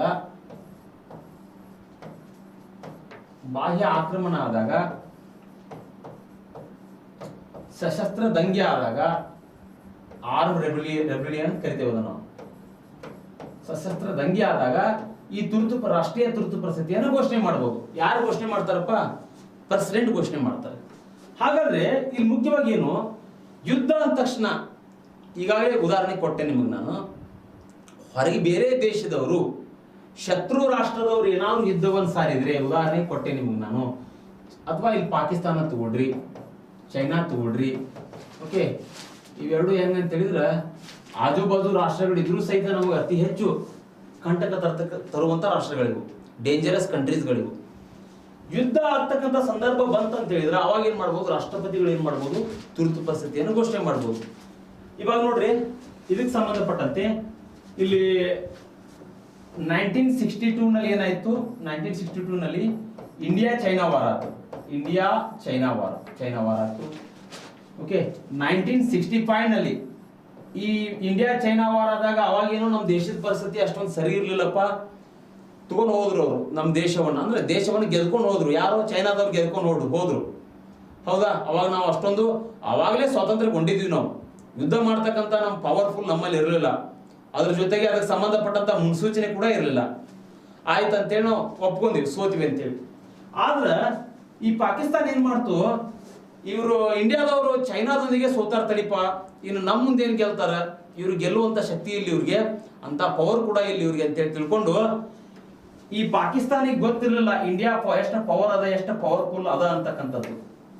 ಪಾಕಿಸ್ತಾನ ಏನ್ ಮಾಡ್ತು, ಪಾಕಿಸ್ತಾನ ಸಹಿತ 1965 ಏನ್ ಮಾಡ್ತು, ಮತ್ತೆ ದೇಶದ ಮೇಲೆ ದಾಳಿ ಮಾಡ್ತು, ನಮ್ಮ ಭಾರತ ದೇಶದ ಮೇಲೆ. ನಮ್ಮ ಭಾರತ ದೇಶ ಏನ್ ಮಾಡ್ತು, ಅವಾಗ ತಯಾರು ಹೊಂದಿತ್ತು. ನಮ್ಮ ಭಾರತ ದೇಶ ಅವಾಗ ಕೂಡ ಪಾಕಿಸ್ತಾನ ಸೋಲಿಸ್ತದ. 1971 ಸಹಿತ ಏನಾಗುತ್ತೆ, ಮತ್ತೆ ಪಾಕಿಸ್ತಾನ ಏನ್ ಮಾಡುತ್ತೆ, ನಾವು ಸೋತರು ಸಹಿತ ಇನ್ನೊಂದ್ಸಲ ತೊಡಿ ತಟ್ಟಿ ಬಂದ ಬಿಡ್ತೇವೆ ಭಾರತದ ವಿರುದ್ಧ, ನಮ್ಗ ಅಷ್ಟು ಪವರ್ ಐತಿ ನೋಡೇ ಬಿಡುನ್ ಅಂತೇಳಿ ಮತ್ತೆ ಬರ್ತದ ಪಾಕಿಸ್ತಾನ ಭಾರತದ ವಿರುದ್ಧ. ಅಲ್ರಿ, ಭಾರತಕ್ಕೇನ್ರಿ ಒಂದು ಇರ್ಬಿನ್ ಹೊಡಿದ ಎಷ್ಟೊತ್ತು, ಹೌದಲ್ವಾ? ಆನಿ ನೋಡಿಯೋ ಅವಶ್ಯಕತೆ ಇಲ್ಲ, ಇರ್ಬಿ ಇದ್ದಂಗ ಪಾಕಿಸ್ತಾನ. ಭಾರತ ಏನ್ ಮಾಡತ್ತ ಅಂತ ಹೇಳಿದ್ರೆ ಅಲ್ಲಿಯೂ ಸಹಿತ ಪಾಕಿಸ್ತಾನನ ಹೊಡೆದು ಉಳ್ಳಾಡಿಸ್ತದ, ಬಿದ್ದು ಉಳ್ಳಾಡ್ತಾರ ಅವ್ರು. ಪಾಕಿಸ್ತಾನದವರು ಓಡೋಡಿ ಹೋಗ್ತಾರೆ ತಮ್ಮ ದೇಶಕ್ಕೆ, ಬೇಡಪ್ಪ ಭಾರತದ ಸವಾಸಕ್ಕೆ ಹೋಗುದು ಬೇಡ ಅಂತ ಹೇಳಿ. ನಾವು 1971 ದೊಡ್ಡದಾಗಿರ್ತಕ್ಕಂಥ ಪಾಠವನ್ನು ಕಲಿಸ್ತದ. ಬಾಂಗ್ಲಾದೇಶದ ವಿಮೋಚನೆಗೆ ಇಂದಿರಾ ಗಾಂಧಿ ಅವರು ಹೋರಾಡ್ತಾರೆ, ಅದಕ್ಕೆ ಸಂಬಂಧಪಟ್ಟಿರ್ತಕ್ಕಂಥ ಮಾಹಿತಿಯನ್ನು ಕೂಡ ಕೊಡ್ತೇನೆ ನಿಮಗೆ ನಾನು. ಈ ರೀತಿ ಕ್ರಿಟಿಕಲ್ ಸಿಚುವೇಶನ್ ದಲ್ಲಿಯೂ ಸಹಿತ ಭಾರತ ಅಷ್ಟೊಂದು ಸಂಪನ್ಮೂಲಗಳನ್ನು ಹೊಂದೇ ಇದ್ರೂ ಸಹಿತ ಭಾರತ ಗೆಲ್ತದ ಅಲ್ರಿ, ಅದನ್ನ ಅಪ್ರಿಶಿಯೇಟ್ ಪಡ್ಕೊಳ್ಬೇಕು ನಾವು. ಅಷ್ಟು ಸೋಲಿಸಿ, ಅಷ್ಟು ಹೊಡೆದು, ಅಷ್ಟು ಬಡದ್ರು ಸಹಿತ ಪಾಕಿಸ್ತಾನಿಗಳಿಗೆ ಇನ್ನೂ ಬುದ್ಧಿ ಬರ್ತಾ ಇಲ್ಲ. ಇನ್ನೂ ಸಹಿತ ನಾವು ಗೆಲ್ತೇವಿ, ಭಾರತದ ವಿರುದ್ಧ ನಾವು ಇನ್ನೂ ಸಹಿತ ಹೋರಾಟವನ್ನು ಮಾಡ್ತೇವಿ, ನಾವು ಭೂಪ್ರದೇಶವನ್ನು ಪಡ್ಕೊಳ್ತೇವಿ, ಕಾಶ್ಮೀರವನ್ನು ಪಡ್ಕೊಳ್ತೇವಿ ಅಂತೇಳಿ ಅದು ಹೋರಾಟ ಮಾಡ್ತಾ ಇದ. ಬಟ್ ಅದು ಸಾಧ್ಯ ಇಲ್ಲ ರೀ. ಅದೇನು ಸಾಧ್ಯ ಆಗತ್ತಪ್ಪ? ಇಂಡಿಯಾ ಪವರ್ಫುಲ್ ಕಂಟ್ರಿ ಅದಲ್ರಿ, ಅತಿ ಹೆಚ್ಚು ವಿಶ್ವದಲ್ಲಿ ಅದು ಕೂಡ ಬಲಿಷ್ಠವಾಗಿರ್ತಕ್ಕಂಥ ಸೈನ್ಯವನ್ನು ಹೊಂದಿದ. ಹೀಗಿದ್ದಾಗ ಪಾಕಿಸ್ತಾನ ಇನ್ಮೇಲೆ ಏನಾದ್ರು ದಾಳಿ ಮಾಡಿದ್ರೆ ಇನ್ಮೇಲೆ ಬದುಕುವುದು ಕಷ್ಟ. ಯಾಕಂತ ಹೇಳಿದ್ರೆ ಆ ಪಾಕಿಸ್ತಾನ ಅಂತಕ್ಕಂಥ ಮ್ಯಾಪನ್ನ ಪಾಕಿಸ್ತಾನ ದುರ್ಬಿನ ಹಚ್ಚಿ ಹುಡುಕಾಡ್ರೂ ಸಿಗುದಿಲ್ಲ ಒಂದ್ ವೇಳೆ ಯುದ್ಧವನ್ನು ಆದ್ರೆ. ಅಷ್ಟೊಂದು ಇಂಡಿಯಾ ಪವರ್ಫುಲ್ ಹೊಂದಿದೆ. ಹೀಗಿದ್ದಾಗ ಇಲ್ಲಿ ಯುದ್ಧ ಆದಂತ ಸಂದರ್ಭದಲ್ಲಿ ಈ 4 ಯುದ್ಧದಲ್ಲಿ ಸಹಿತ ಏನ್ ಮಾಡಿದ್ರು, ರಾಷ್ಟ್ರಪತಿಗಳು ಏನ್ ಮಾಡ್ತಾರಪ್ಪ ಇಲ್ಲ ಅಂತ ಹೇಳಿದ್ರೆ ತುರ್ತು ಪರಿಸ್ಥಿತಿಯನ್ನು ಘೋಷಣೆ ಮಾಡ್ತಾರೆ. ಇಲ್ಲಿ ಡೆವಲಪ್ಮೆಂಟ್, ದೇಶದ ಡೆವಲಪ್ಮೆಂಟ್ ಅಧೋಗತಿಗೆ ಹೋಗ್ಬಿಡ್ತದ್ರಿ. ನಮ್ಮ ದೇಶ ಇದುವರೆಗೂ ಸಹಿತ 2022 ಬಂದರೂ ಸಹಿತ ಕೆಲವೊಂದಿಷ್ಟು ಬದಲಾವಣೆಗಳು ನಮ್ಮ ದೇಶದಲ್ಲಿ ಯಾಕಾಗಿಲ್ಲ, ಕೆಲವೊಂದಿಷ್ಟು ಅಭಿವೃದ್ಧಿಗಳು ಯಾಕಾಗಿಲ್ಲ ಬೇರೆ ದೇಶಗಳಿಗೆ ಕಂಪೇರ್ ಮಾಡಿದ್ರೆ, ಚಿಕ್ಕ ಚಿಕ್ಕ ರಾಷ್ಟ್ರಗಳಿಗೆ ಕಂಪೇರ್ ಮಾಡಿದ್ರೆ? ಯಾಕಂತ ಹೇಳಿದ್ರೆ ಸ್ವತಂತ್ರಗೊಂಡು 4-5 ವರ್ಷಗಳಲ್ಲಿ ಎಮರ್ಜೆನ್ಸಿ ಹಾಕ್ತಾರಪ್ಪ. 1962 ನಲ್ಲಿ ಎಮರ್ಜೆನ್ಸಿ, 65 ನಲ್ಲಿ ಎಮರ್ಜೆನ್ಸಿ, ಆಮೇಲೆ 1971 ನಲ್ಲಿ ಎಮರ್ಜೆನ್ಸಿ, ಜೊತೆಗೆ 1975 ನಲ್ಲಿ ಎಮರ್ಜೆನ್ಸಿ ಬರ್ತದಲ್ಲ. ಸುಮಾರು ವರ್ಷಗಳ ಕಾಲ ನಾವು ತುರ್ತು ಪರಿಸ್ಥಿತಿಯಲ್ಲೇ ಜೀವನ ನಡೆಸಿದಾಗ ಒಬ್ಬ ವ್ಯಕ್ತಿ ದೇಶದ ಅಭಿವೃದ್ಧಿಯನ್ನು ಯಾವ ರೀತಿ ಮಾಡ್ತಾನಪ್ಪ? ಸರ್ಕಾರ ಆದ್ರೂ ಯಾವ ರೀತಿ ದೇಶದ ಅಭಿವೃದ್ಧಿಯನ್ನು ಮಾಡ್ತದಪ್ಪ? ಮಾಡ್ಲಿಕ್ಕೆ ಆಗೋದಿಲ್ಲಲ್ಲ. ಯಾಕೆ ಆಗೋದಿಲ್ಲ ಅಂತ ಹೇಳಿದ್ರೆ ನಿನಗೆ ಹಕ್ಕುಗಳೇ ಇರೋದಿಲ್ಲಲ್ಲಪ್ಪ. ನಿನಗೇನು ಹಕ್ಕಿರ್ತದ? ಯಾವುದೇ ರೀತಿ ಹಕ್ಕುಗಳು ಇರುವುದಿಲ್ಲ ನಿನಗ. ಸರ್ಕಾರ ಅಂತಕ್ಕಂಥದ್ದು ಡಾಮಿನೆಂಟ್ ಆಗಿರ್ತದ. ಇಲ್ಲಿ ಸೆಂಟ್ರಲ್ ಗೌರ್ಮೆಂಟ್ ಪವರ್ಫುಲ್ ಹೊಂದಿರ್ತದ, ಸ್ಟೇಟ್ ಗೌರ್ಮೆಂಟ್ ತನ್ನ ಅಸ್ತಿತ್ವವನ್ನು ಕಳ್ಕೊಳ್ತವೆ. ನೀವೊಬ್ಬ ಪ್ರಜೆ, ಎಮರ್ಜೆನ್ಸಿ ಏನಾದ್ರು ಬಂತಂತ ಹೇಳಿದ್ರೆ ನೀನು ಕೂಡ ನಿನ್ನ ಅಸ್ತಿತ್ವವನ್ನು ಕಳ್ಕೊಳ್ತೀಯ. ಉಸಿರಾಡ್ತಕ್ಕಂಥ ದೇಹವನ್ನು ಬಿಟ್ಟರೆ ಬೇರೆ ಏನು ಇರುವುದಿಲ್ಲ ನಿಂದ. ಅಂದ್ರೆ ಏನಿಲ್ಲಿ ಆರ್ಟಿಕಲ್ 359 ಪ್ರಕಾರ, ಆರ್ಟಿಕಲ್ 359 ಪ್ರಕಾರ ಏನ್ ಹೇಳ್ತದ ಅಂತ ಹೇಳಿದ್ರೆ ಇಲ್ಲಿ ಎಮರ್ಜೆನ್ಸಿ ಏನಾದ್ರೂ ಬಂದಾಗ 2021 ವಿಧಿಗಳು ಮಾತ್ರ ರದ್ದಾಗೋದಿಲ್ಲ. 2021 ವಿಧಿಗಳು ಮಾತ್ರ ರದ್ದಾಗೋದಿಲ್ಲ. ಮಿಕ್ಕಿರ್ತಕ್ಕಂಥ ಎಲ್ಲಾ ಅಂಶಗಳಿಗೆ ಸಂಬಂಧಪಟ್ಟಂತೆ ಕೇಂದ್ರ ಸರ್ಕಾರ ಕಾಯ್ದೆ ಕಾನೂನುಗಳನ್ನು ರೂಪಿಸಿ ನಿನ್ನನ್ನ ಹದ್ದುಬಸ್ತಿಗೆ ಇಡಬಹುದು. ಯಾವ ರೀತಿಯಾಗಿ? ಫಂಡಮೆಂಟಲ್ ರೈಟ್ಸ್ ನಲ್ಲಿ ಎಮರ್ಜೆನ್ಸಿ ಏನಾದ್ರು ಘೋಷಣೆ ಆಯ್ತು ಅಂತ ತಿಳ್ಕೊ, ನೀ ಏನ್ ಮಾಡ್ಬೋದಪ್ಪ? ಎಮರ್ಜೆನ್ಸಿ ಘೋಷಣೆ ಆಯ್ತು ಅಂತ ತಿಳ್ಕೊ, ನೀ ಎಲ್ಲೋ ಒಂದ್ ಕಡೆ ವ್ಯಾಪಾರವನ್ನು ಮಾಡ್ತಾ ಇದೀಯಾ, ವ್ಯಾಪಾರ ಮಾಡಕ್ಕಾಗೋದಿಲ್ಲ. ಹಣ್ಣಿನ ಅಂಗಡಿ ಇಟ್ಕೊಂಡು ಹಣ್ಣಿನ ಬಿಸ್ನೆಸ್ ಮಾಡ್ತೀಯಾ, ಮಾಡಕ್ಕಾಗೋದಿಲ್ಲ. ಗ್ಯಾರೇಜ್ ಇಟ್ಕೊಂಡು ಗ್ಯಾರೇಜ್ ಕೆಲಸ ಮಾಡ್ತೀಯಾ, ಮಾಡಕ್ಕಾಗೋದಿಲ್ಲ. ಅಥವಾ ಎಲ್ಲೋ ಒಂದ್ ಕಡೆ ಹೋಗಿ ಮಸೀದಿಗಳಲ್ಲಿ ಹೋಗಿ ನಮಾಜ್ ಮಾಡ್ತೀಯಾ, ಮಾಡಕ್ಕಾಗೋದಿಲ್ಲ. ನೀ ಅಥವಾ ಹಿಂದೂ ದೇವಾಲಯಕ್ಕೆ ಹೋಗಿ ಭಜನೆಗಳನ್ನು ಮಾಡ್ತೀಯಾ, ಮಾಡಕ್ಕಾಗೋದಿಲ್ಲ. ಯಾಕಾಗತ್ರಿ? ನಿಮ್ ಫಂಡಮೆಂಟಲ್ ರೈಟ್ಸ್ ಹೋಗಿರ್ತಾವ. ನಿಮ್ ದೇಹವನ್ನ, ನಿಮ್ ಹಾರ್ಟ್ ಅನ್ನ ಕಸ್ಕೊಂಡ್ಬಿಟ್ರೆ ನೀವೇನ್ ಮಾಡ್ತೀರಿ? ಹಾರ್ಟ್ ಆಫ್ ಇಂಡಿಯನ್ ಕಾನ್ಸ್ಟಿಟ್ಯೂಷನ್ ಯಾವ್ದು? ನಮ್ದು ಫಂಡಮೆಂಟಲ್ ರೈಟ್ಸ್ ಅಲ್ರಿ. ನಿಮ್ಗೆ ಏನ್ ಹಾಕಿರ್ತದ? ಎಮರ್ಜೆನ್ಸಿ ಇದ್ದ ನಿಮ್ಗೆ ಏನ್ ಹಾಕಿರುತ್ತಪ್ಪ? ಇದಷ್ಟ ಆರ್ಟಿಕಲ್ 359 ಪ್ರಕಾರ 2021 ಅಷ್ಟ. 20 ಅಲ್ಲಿ ಏನ್ ಹೇಳುತ್ತಪ್ಪ? ಅಲ್ಲಿ ಏನ್ ಹೇಳುತ್ತೆ? ನೋ ಎಕ್ಸ್ ಫ್ಯಾಕ್ಟೋ ಲಾ ಹೇಳ್ತದ. ಡಬಲ್ ಜಿಯೋಪಾರ್ಡಿ ಬಗ್ಗೆ ಮಾತಾಡ್ತದ. ನೋ ಸೆಲ್ಫ್ ಇನ್ಕ್ರಿಮಿನೇಷನ್ ಬಗ್ಗೆ ಹೇಳ್ತದ ಆರ್ಟಿಕಲ್ 20. ಅಂದ್ರೆ ಏನ್ರಿ ಸರ್ ಅದರ ಅರ್ಥ? ಒಂದ್ ಸಲ ಅಪರಾಧ ಮಾಡಿದ್ರೆ ಒಂದಕ್ಕಿಂತ ಹೆಚ್ಚಿಗೆ ಅಪರಾಧಿಕ ಶಿಕ್ಷೆ ನೀಡುವಂತಿಲ್ಲ. ಒಂದು ಸಲ ಒಬ್ಬ ವ್ಯಕ್ತಿಯನ್ನ ಅಪರಾಧ ಮಾಡಿದಾಗ ನೀನೇ ಅಪರಾಧ ಮಾಡಿ ಅಂತೇಳಿ ಅವನನ್ನ ಪುಸಲಾಯಿಸುವಂತಿಲ್ಲ. ಅಪರಾಧಿಗೆ ರಕ್ಷಣೆ ನೀಡ್ತದಲ್ರಿ 20 ವಿಧಿ, ಅದು ರದ್ದಾಗುದಿಲ್ಲ. ಯಾಕಂದ್ರೆ ಮಿಸ್ಯೂಸ್ ಆಗ್ಬೋದಲ್ಲಪ್ಪ. ಅದೇ ರೀತಿಯಾಗಿ ಇಲ್ಲಿ 21 ವಿಧಿಗೆ ಏನಾಗುತ್ತಂದ್ರೆ ಜೀವಿಸ್ತಕ್ಕಂಥ ಹಕ್ಕನ್ನು ಕೊಟ್ಟಿದೆ. ಪ್ರತಿಯೊಬ್ಬ ವ್ಯಕ್ತಿ ಕೂಡ ಘನತೆ ಗೌರವದಿಂದ ಜೀವಿಸಬಹುದು. ಅದು ರದ್ದಾಗುವುದಿಲ್ಲ. ಆರ್ಟಿಕಲ್ 350 ಯಾವುದು? ಆರ್ಟಿಕಲ್ 359 ಪ್ರಕಾರ ರದ್ದಾಗುವುದಿಲ್ಲ. ಇವೆರಡು ಜೀವಂತವಾಗಿರ್ತವೆ. ಮಿಕ್ಕಿ ಉಳಿದಿರ್ತಕ್ಕಂಥ ಫಂಡಮೆಂಟಲ್ ರೈಟ್ಸ್ ಎಲ್ಲ ರದ್ದಾಗ್ತವೆ. ನೀ ಯಾವುದೇ ರೀತಿಯಾಗಿ ಶಾಂತಿಯುತವಾಗಿ ಸಭೆ ಸೇರ್ತಕ್ಕಂಥ ಸ್ವಾತಂತ್ರ್ಯ ನಿನಗಿಲ್ಲ. ಸಂಘ ಸಂಸ್ಥೆಗಳನ್ನು ಸ್ಥಾಪನೆ ಮಾಡ್ತಕ್ಕಂಥ ಸ್ವಾತಂತ್ರ್ಯ ನಿನಗಿಲ್ಲ. ನಾನು ಹೇಳ್ಕೊಟ್ಟಿದ್ದೇನೆ ಫಂಡಮೆಂಟಲ್ ರೈಟ್ಸ್ ನಲ್ಲಿ. ಯಾಕಿಲ್ಲ ಅಂತ ಹೇಳಿದ್ರೆ, ನೀನು ಒಂದ್ ವೇಳೆ ಶಾಂತಿಯುತವಾಗಿ ಸಭೆ ಸೇರ್ತಾ ಇದೆ ಅಂತ ಹೇಳಿದ್ರೆ ನಿನ್ ದುರುದ್ದೇಶ ಬೇರೆ ಆಗಿರ್ಬೋದು. ಸರ್ಕಾರದ ವಿರುದ್ಧ ನೀ ತೊಳೆ ತಟ್ಟಬಹುದು. ಸಂಘ ಸಂಸ್ಥೆಗಳನ್ನ ಸ್ಥಾಪನೆ ಮಾಡ್ತಾ ಇದೆ ಅಂತ ಹೇಳಿದ್ರೆ ಅಲ್ಲಿಯೂ ಕೂಡ ನಿನ್ನ ದುರುದ್ದೇಶ ಬೇರೆ ಆಗಿರ್ಬೋದು. ದೇಶದ ಐಕ್ಯತೆ, ದೇಶದ ಸಮಗ್ರತೆ, ದೇಶದ ಇಂಟಿಗ್ರಿಟಿ, ದೇಶದ ಒಂದು ಸಾವರ್ನಟಿಗೆ ಧಕ್ಕೆ ತರಬಹುದು. ಯಾವ ರೀತಿಯಾಗಿ? ಒಂದ್ಯಾವುದೋ XYZ ಅಂತಕ್ಕಂಥ ಸಂಘಟನೆಯನ್ನು ಕಟ್ಟಬಹುದು ನೀನು. ಆ XYZ ಸಂಘಟನೆ ಮುಖಾಂತರ ದೇಶದಲ್ಲಿ ಹಲ್ಲೆಗಳನ್ನು ಮಾಡಬಹುದು, ದೇಶದಲ್ಲಿ ದಾಳಿಯನ್ನು ಮಾಡಬಹುದು, ದೇಶಕ್ಕೆ ಸಂಬಂಧಪಟ್ಟಂತೆ ಸರ್ವನಾಶ ಮಾಡ್ತಕ್ಕಂಥ ಕೆಲಸ ಮಾಡ್ಬೋದು. ನೀನು ಯಾರು ಕೇಳ್ತಾರೆ ನಿನಗೆ? ಯಾರೂ ಕೇಳೋದಿಲ್ಲ. ಹೀಗಿದ್ದಾಗ ಇಲ್ಲಿಯೂ ಸಹಿತ ಏನಾಗುತ್ತೆ, ನಿನ್ನ ಹಕ್ಕುಗಳು ಸಂಪೂರ್ಣವಾಗಿ ನಾಶ ಆಗ್ತದೆ. ಇನ್ನೊಂದು ಹೇಳ್ಬಿಡ್ತೇನೆ, ಆರ್ಟಿಕಲ್ 358 ಇದು ಕೂಡ ರದ್ದಾಗ್ತದ. ಇಲ್ಲಿ ಆರ್ಟಿಕಲ್ 19 ಬರ್ತಕ್ಕಂತಹ 6 ಫಂಡಮೆಂಟಲ್ ರೈಟ್ಸ್ ಏನದಾವಲ್ಲ, 6 ಫಂಡಮೆಂಟಲ್ ರೈಟ್ಸ್ ಕೂಡ ರದ್ದಾಗ್ತವೆ. ಯಾವ ರದ್ದಾಗ್ತವೆ? ಯಾವುದೇ ರೀತಿಯಾಗಿರ್ತಕ್ಕಂಥ ಪತ್ರಿಕೆ ಸ್ವಾತಂತ್ರ್ಯ ಇರುವುದಿಲ್ಲ, ಯಾವುದೇ ರೀತಿ ಪತ್ರಿಕೆ ಸ್ವಾತಂತ್ರ್ಯ ಇರುವುದಿಲ್ಲ, ಶಾಂತಿಯುತವಾಗಿ ಸಭೆ ಸೇರ್ತಕ್ಕಂಥ ಸ್ವಾತಂತ್ರ್ಯ ಇರುವುದಿಲ್ಲ, ಅಭಿವ್ಯಕ್ತಿ ಸ್ವಾತಂತ್ರ್ಯ ಇರುವುದಿಲ್ಲಪ್ಪ ನಿನಗ. ಅಭಿವ್ಯಕ್ತಿ ಸ್ವಾತಂತ್ರ್ಯ ಇರುವುದಿಲ್ಲ, ವಾಕ್ ಮತ್ತು ಅಭಿವ್ಯಕ್ತಿ ಸ್ವಾತಂತ್ರ್ಯ ಇರುವುದಿಲ್ಲ, ಶಾಂತಿಯುತವಾಗಿ ಸಭೆ ಸೇರ್ತಕ್ಕಂಥ ಸ್ವಾತಂತ್ರ್ಯ ಇರುವುದಿಲ್ಲ, ಪತ್ರಿಕಾ ಸ್ವಾತಂತ್ರ್ಯ ಇರುವುದಿಲ್ಲ, ಸಂಘ ಸಂಸ್ಥೆಗಳನ್ನು ಸ್ಥಾಪನೆ ಮಾಡ್ತಕ್ಕಂಥ ಸ್ವಾತಂತ್ರ್ಯ ಇರುವುದಿಲ್ಲ. ಏನ್ 6 ಫಂಡಮೆಂಟಲ್ ರೈಟ್ಸ್ ಅದಲ್ಲ ಅವು ಇರುವುದಿಲ್ಲ ನಿನಗೆ. ಪತ್ರಿಕೆಗಳು ಸಹಿತ ಎಮರ್ಜೆನ್ಸಿ ಘೋಷಣೆ ಆದರೆ ಸರ್ಕಾರವನ್ನು ಕೇಳಬೇಕು. ಸರ್, ನಾನು ನಾಳೆ ಯಾವ ವಿಷಯವನ್ನು ಹಾಕಬಾರ್ದು, ಆ ವಿಷಯಗಳನ್ನು ಅವ್ರ ಕಡೆಯಿಂದ ಪರ್ಮಿಷನ್ ತಗೊಳ್ಬೇಕು, ನೀವು ತಗೊಂಡು ಮಾಡಬೇಕು. ಒಂದು ವೇಳೆ ನೀವು ಪತ್ರಿಕೆಗಳು ಏನಾದರೂ ಕ್ರಿಟಿಸಮ್ ಮಾಡಾಕತ್ತು ಸರ್ಕಾರವನ್ನು ಅಂತ ಹೇಳಿದ್ರೆ ಅವಾಗ 356 ಅಥವಾ ಆರ್ಟಿಕಲ್ 352 ಪ್ರಕಾರ ನಿಮ್ಮ ಮೇಲೆ ದಾಳಿ ಮಾಡಿ ಆ ಪತ್ರಿಕೆ ಸೆನ್ಸರ್ಶಿಪ್ ಅನ್ನು ರದ್ದು ಮಾಡ್ತಕ್ಕಂಥ ಕೆಲಸ ಆಗ್ತವೆ. ಈಗಾಗಲೇ ಆಗಿದಾವ ಅಂತ ಘಟನೆಗಳು. ಓಕೆ, ಇವೆರಡು ಅಂಶಗಳನ್ನು ಎದಕ್ಕೆ ಹೇಳಿದೆ ಅಂತ ಹೇಳಿದ್ರೆ, ನಾನು ಇಲ್ಲಿ ಒಬ್ಬ ಪ್ರಜೆಗಳಿಗೆ ಸಂಬಂಧಪಟ್ಟಂತೆ ಹಕ್ಕುಗಳು ಏನಿರೋದಿಲ್ಲ ಅನ್ನೋ ವಿಷಯದ ಕುರಿತು ನಿಮ್ಗೆ ಚರ್ಚೆ ಮಾಡಬೇಕಾಗಿತ್ತು. ಆ ಡಿಬೇಟ್ ಕಾನ್ಸೆಪ್ಟ್ ಬಂದಾಗ ಇವೆರಡಕ್ಕೆ ಸಂಬಂಧಪಟ್ಟಂತೆ ಅಂಶಗಳ ಬಗ್ಗೆ ನಿಮ್ಗೆ ಹೇಳಿದೆ. ಯಾಕಂದ್ರೆ ಪುಸ್ತಕದಲ್ಲಿ ಏನಾಗಿರ್ತದ, ವಿಷಯಗಳ ಸಮಗ್ರತೆ ಆಗಿರ್ಬೋದು, ಅದರ ಆಳ ಆಗಿರ್ಬೋದು, ನಿಮ್ಗೆ ಅರ್ಥ ಆಗ್ಲಿಕ್ಕಿಲ್ಲ. ಬಟ್ ಇಲ್ಲಿ ಏನು ಅರ್ಥ ಮಾಡ್ಕೊಳ್ಬೇಕು, 359 358 ಇವೆರಡಕ್ಕೂ ವಿಷಯಕ್ಕೆ ಸಂಬಂಧಪಟ್ಟಂತೆ ನೀವು ಇಷ್ಟ ಅರ್ಥ ಮಾಡ್ಕೊಳ್ಬೇಕು. 359 2021 ಇವಿಷ್ಟು ಅರ್ಥ ಮಾಡ್ಕೊಳ್ರಿ. 358 ಏನಂತಂದ್ರೆ 6 ಫಂಡಮೆಂಟಲ್ ರೈಟ್ಸ್ ಅವು ಕೂಡ ಇರುವುದಿಲ್ಲ. ಇವೆರಡು ಅರ್ಥ ಮಾಡ್ಕೊಂಡ್ಬಿಟ್ರೆ ಸಾಕು. ನಿಮ್ಗೆ ಪರೀಕ್ಷೆಯಲ್ಲಿ ಕೇಳ್ತಕ್ಕಂಥದ್ದು ಅವೆರಡ ಕೇಳ್ತಾರೆ ನಿಮ್ಗೆ ಫಂಡಮೆಂಟಲ್ ರೈಟ್ಸ್ಗೆ ಸಂಬಂಧಪಟ್ಟಂತೆ. ಓಕೆ, ಇದು ಅರ್ಥ ಆಯ್ತು. ರಾಷ್ಟ್ರೀಯ ತುರ್ತು ಪರಿಸ್ಥಿತಿ ಅಂದ ತಕ್ಷಣ ಯುದ್ಧ, ಬಾಹ್ಯ ಆಕ್ರಮಣ, ಹೊರಗಿಂದವ್ರು ಏನಾದ್ರು ದೇಶದ ಮೇಲೆ ಆಕ್ರಮಣ ಮಾಡಿದಾಗ ಅವಾಗ ಕೂಡ ಘೋಷಣೆ ಮಾಡಬಹುದು. ಸಶಸ್ತ್ರ ದಂಗೆ ಅಂತೇಳಿ ಕರಿತೀವಿ ಇದನ್ನ ನಾವು. ಇದಕ್ಕೆ ಸಂಬಂಧಪಟ್ಟಂತೆ ಸಶಸ್ತ್ರ ದಂಗೆಗೆ ಸಂಬಂಧಪಟ್ಟಂತೆ ಇಲ್ಲಿ ಮುಖ್ಯವಾಗಿ 1978 ನಲ್ಲಿ ಏನಾಗುತ್ತೆ, 44 ಅಮೆಂಡ್ಮೆಂಟ್ ಮಾಡ್ತಾರೆ. ಈ 44 ಅಮೆಂಡ್ಮೆಂಟ್ ಮುಖಾಂತರ ಏನಾಗುತ್ತಂದ್ರೆ, ಈ ಹಿಂದ್ಗಡೆ ಆಂತರಿಕ ಗಲಭೆ ಅಂತಕ್ಕಂಥದ್ದಿತ್ತು. ಆಂತರಿಕ ಗಲಭೆ, ಇಂಟರ್ನಲ್ ಡಿಸ್ಟರ್ಬೆನ್ಸ್ ಅಂತ ಹೇಳಿ ಕರಿತೀವಿ ನಾವು.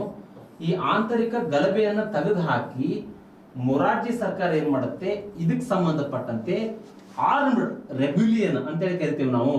ಸಶಸ್ತ್ರ ದಂಗೆ ಅಂತ ಹೇಳಿ ಕರಿತೀವಿ. ಈ ಸಶಸ್ತ್ರ ದಂಗೆ ಪದವನ್ನ ಸೇರಿಸ್ತಾರೆ. ಸಶಸ್ತ್ರ ದಂಗೆ ಅಂತಕ್ಕಂಥ ಪದವನ್ನ ಸೇರಿಸ್ತಾರೆ. ಓಕೆ, ಸಶಸ್ತ್ರ ದಂಗೆ ಅಂತಕ್ಕಂಥ ಪದವನ್ನ ಸೇರಿಸ್ತಾರೆ. ಇದಕ್ಕೆ ಸಂಬಂಧಪಟ್ಟಂತೆ ನಿಮಗೆ ಏನ್ ಮಾಡಲಾಗಿದೆ, ಪ್ರಶ್ನೆಯನ್ನ ಕೇಳಲಾಗಿದೆಪಾ. ಇದು ಇಂಪಾರ್ಟೆಂಟ್ ಆಗ್ತದ, ಇದು ಇಂಪಾರ್ಟೆಂಟ್ ಆಗ್ತದ. ಸರ್, ಯಾಕೆ ಇಂಪಾರ್ಟೆಂಟ್ ಆಗ್ತದ ಅಂತ ಹೇಳಿ ನೀವು ಕೇಳಬಹುದು. ಇಲ್ಲಿ 1975 ನಲ್ಲಿ ಏನಾಗುತ್ತಪ್ಪ ಅಂತ ಹೇಳಿದ್ರೆ, 1975 ಆಲ್ರೆಡಿ ಇದಕ್ಕೆ ಸಂಬಂಧಪಟ್ಟಂತೆ ನಿಮ್ಗೆ ಹೇಳ್ತೇನೆ ನಾನು. ಒಂಚೂರು ನೋಟ್ ಡೌನ್ ಮಾಡ್ಕೊಂಡ್ಬಿಡ್ರಿ. ನಾನು ನಿಮ್ಗೆ ಮತ್ತೆ ಈ ಆಂತರಿಕ ಗಲಭೆ ಮತ್ತು ಸಶಸ್ತ್ರ ದಂಗೆ ಇವೆರಡು ಅಂಶಗಳನ್ನು ನಿಮ್ಗೆ ಏನ್ ಮಾಡ್ಬೇಕು, ನಾ ಕ್ಲಾರಿಫೈ ಮಾಡ್ಬೇಕು. ಓಕೆ, ಇಲ್ಲಿ 1975 ನಲ್ಲಿ ಏನಾಗುತ್ತಪ್ಪ ಅಂತ ಹೇಳಿದ್ರೆ, ಇದಕ್ಕೆ ಸಂಬಂಧಪಟ್ಟಂತೆ ಇಂದಿರಾ ಗಾಂಧಿ ಅವರು ಐರನ್ ಲೇಡಿ ಅಂತ ಕರಿತೀವಿ ನಾವು. ಇಂದಿರಾ ಗಾಂಧಿ ಅವರು ಏನ್ ಮಾಡ್ತಾರೆ, ಆಲ್ರೆಡಿ 1971 ನಲ್ಲಿ ತುರ್ತು ಪರಿಸ್ಥಿತಿ ಜಾರಿಗೆ ಅದ. ಆಲ್ರೆಡಿ 1971 ನಲ್ಲಿ ತುರ್ತು ಪರಿಸ್ಥಿತಿ ಜಾರಿಗೆ ಅದ. ಎಮರ್ಜೆನ್ಸಿ ಅದಪ್ಪ. ಎಮರ್ಜೆನ್ಸಿ ಇದ್ರೂ ಸಹಿತ ಇಲ್ಲಿ ಇಂದಿರಾ ಗಾಂಧಿ ಅವರು ಏನ್ ಮಾಡ್ತಾರೆ, ಮತ್ತೆ 1975 ನಲ್ಲಿ ಏನ್ ಮಾಡ್ತಾರ ಅಂತ ಹೇಳಿದ್ರೆ, ಇಲ್ಲಿ ಇಂಟರ್ನಲ್ ಡಿಸ್ಟರ್ಬೆನ್ಸ್ ಅಂತೇಳಿ ಆಂತರಿಕ ಗಲಭೆ ಅಂತೇಳಿ ಏನ್ ಮಾಡ್ತಾರ ಅಂತ ಹೇಳಿದ್ರೆ, ಇಲ್ಲಿ ತುರ್ತು ಪರಿಸ್ಥಿತಿಯನ್ನು ಘೋಷಣೆ ಮಾಡ್ತಾರೆ, ಎಮರ್ಜೆನ್ಸಿಯನ್ನು ಘೋಷಣೆ ಮಾಡ್ತಾರಪ್ಪ. ಈ ರೀತಿ ಎಮರ್ಜೆನ್ಸಿಯನ್ನು ಘೋಷಣೆ ಮಾಡಿದಾಗ ಇಲ್ಲಿ ಏನಾಗುತ್ತೆ ಅಂತ ಹೇಳಿದ್ರೆ, ಪ್ರಶ್ನೆ ಕೇಳ್ತಾರ. ಆಲ್ರೆಡಿ 1971 ನಲ್ಲಿ ಇಂಡಿಯಾ ಮತ್ತು ಪಾಕ್ ನಡುವೆ ಯುದ್ಧ ಆಗ್ತಾ ಇತ್ತು. ಈ ಪಾಕಿಗೆ ಸಂಬಂಧಪಟ್ಟಂತೆ ನೀವೇನ್ ಮಾಡಿರಿ, ಎಮರ್ಜೆನ್ಸಿಯನ್ನು ಘೋಷಣೆ ಮಾಡಿದ್ರಿ.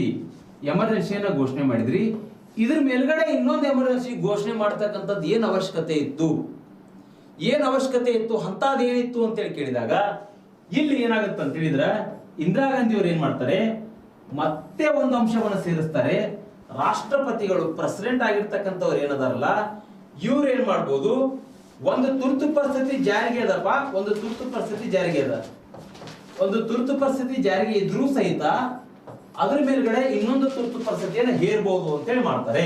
ತುರ್ತು ಪರಿಸ್ಥಿತಿ ಜಾರಿಗೆ ಇದ್ರೂ ಸಹಿತ ಅದ್ರ ಮೇಲ್ಗಡೆ ಇನ್ನೊಂದು ತುರ್ತು ಪರಿಸ್ಥಿತಿ ಹೇರಬಹುದು. ಯಾರು? ರಾಷ್ಟ್ರಪತಿಗಳು ಹೇರಬಹುದು, ಇನ್ನೊಂದು ತುರ್ತು ಪರಿಸ್ಥಿತಿ ಹೇರಬಹುದು. ಹಾಗಾದ್ರೆ ಇಲ್ಲಿ ಏನಾಗುತ್ತೆ ಅಂತ ಹೇಳಿದ್ರೆ ಅಧಿಕಾರ ಅಂತಕ್ಕಂಥದ್ದು, ಪವರ್ ಅಂತಕ್ಕಂಥದ್ದು ಎಲ್ಲೋ ಒಂದು ಕಡೆ ದುರುಪಯೋಗ ಆಗ್ತಾ ಇದೆ, ಅಧಿಕಾರ ದುರುಪಯೋಗ ಆಗ್ತಾ ಇದೆ. ಆ ಉದ್ದೇಶಕ್ಕೋಸ್ಕರ ಇಲ್ಲಿ ಏನಾಗುತ್ತೆ, ಈ ವಿಷಯಕ್ಕೆ ಸಂಬಂಧಪಟ್ಟಂತೆ ಇಂದಿರಾ ಗಾಂಧಿಯವರು ಸೋಲ್ತಾರೆ. ತುರ್ತು ಪರಿಸ್ಥಿತಿಯನ್ನು ಹೇರಿದ್ರ ಪರಿಣಾಮವಾಗಿ ಇಂದಿರಾ ಗಾಂಧಿಯವರು ಸೋಲ್ತಾರೆ. ಅವಾಗ ಮೊರಾರ್ಜಿ ಸರ್ಕಾರ ಏನ್ ಬರುತ್ತಲ್ರಿ, ಮೊರಾರ್ಜಿ ಗೌರ್ಮೆಂಟ್ ಬರುತ್ತಲ್ರಿ, ಅವಾಗ ಏನ್ ಮಾಡುತ್ತಂತ ಹೇಳಿದ್ರೆ ಮೊರಾರ್ಜಿ ಗೌರ್ಮೆಂಟ್ ಇಲ್ಲಿ ಆಂತರಿಕ ಗಲಭೆ ಅಂತಕ್ಕಂಥ ಪದವನ್ನ ತೆಗಿತದ. ಅದನ್ನ ತೆಗೆದು ಯಾಕೋ ಒಂದ್ ಕಡೆ ಈ ಪದ ಯಾಕೋ ಒಂದ್ ಕಡೆ ಗಲಿಬಿಲಿ ಅದ, ಜೊತೆಗೆ ಈ ಪದ ಎಲ್ಲೋ ಒಂದ್ ಕಡೆ ಮಿಸ್ಯೂಸ್ ಆಗ್ಬೋದು ಅಂತೇಳಿ ತಿಳ್ಕೊಂಡು ಅಲ್ಲಿ ಇಂಟರ್ನಲ್ ಡಿಸ್ಟರ್ಬೆನ್ಸ್ ಅಂತಕ್ಕಂಥ ಪದವನ್ನ ತೆಗೆದು ಸಶಸ್ತ್ರ ದಂಗೆ ಆರ್ಮ್ಡ್ ರೆಬೆಲಿಯನ್ ಅಂತಕ್ಕಂಥ ಪದವನ್ನ ಹಾಕ್ತಾರೆ. ಈ ಅಂದ್ರೆ ನಿಮ್ಗೆ ಹೇಳಿದ ನಾನು ಇದನ್ನೇ ಹೇಳ್ಕೊಟ್ಟೆ, ನಿಮ್ಗೆ ಹಿಸ್ಟ್ರಿ ಹೇಳ್ಕೊಟ್ಟೆ ಯಾಕೆ ಆ ಪದವನ್ನೇ ಹಾಕ್ತಾರ ಅಂತೇಳಿ. ಹಾಗಾದ್ರೆ ಪ್ರಶ್ನೆ ಕೇಳ್ಬೋದಲ್ರಿ, ಪ್ರಶ್ನೆ ಕೇಳ್ತಾರೆ, ಇದ್ರ ಬಗ್ಗೆ ಅರ್ಥ ಮಾಡ್ಕೊಡ್ರಿ. ಹಾಗಾದ್ರೆ ಇದೆಲ್ಲ ನಿಮಗೆ ವಿಷಯ ನ್ಯಾಷನಲ್ ಎಮರ್ಜೆನ್ಸಿ ಸಂಬಂಧಪಟ್ಟಿರ್ತಕ್ಕಂಥ ವಿಷಯ. ಜೊತೆಗೆ ಇಲ್ಲಿ ಇನ್ನೊಂದೇನಂದ್ರ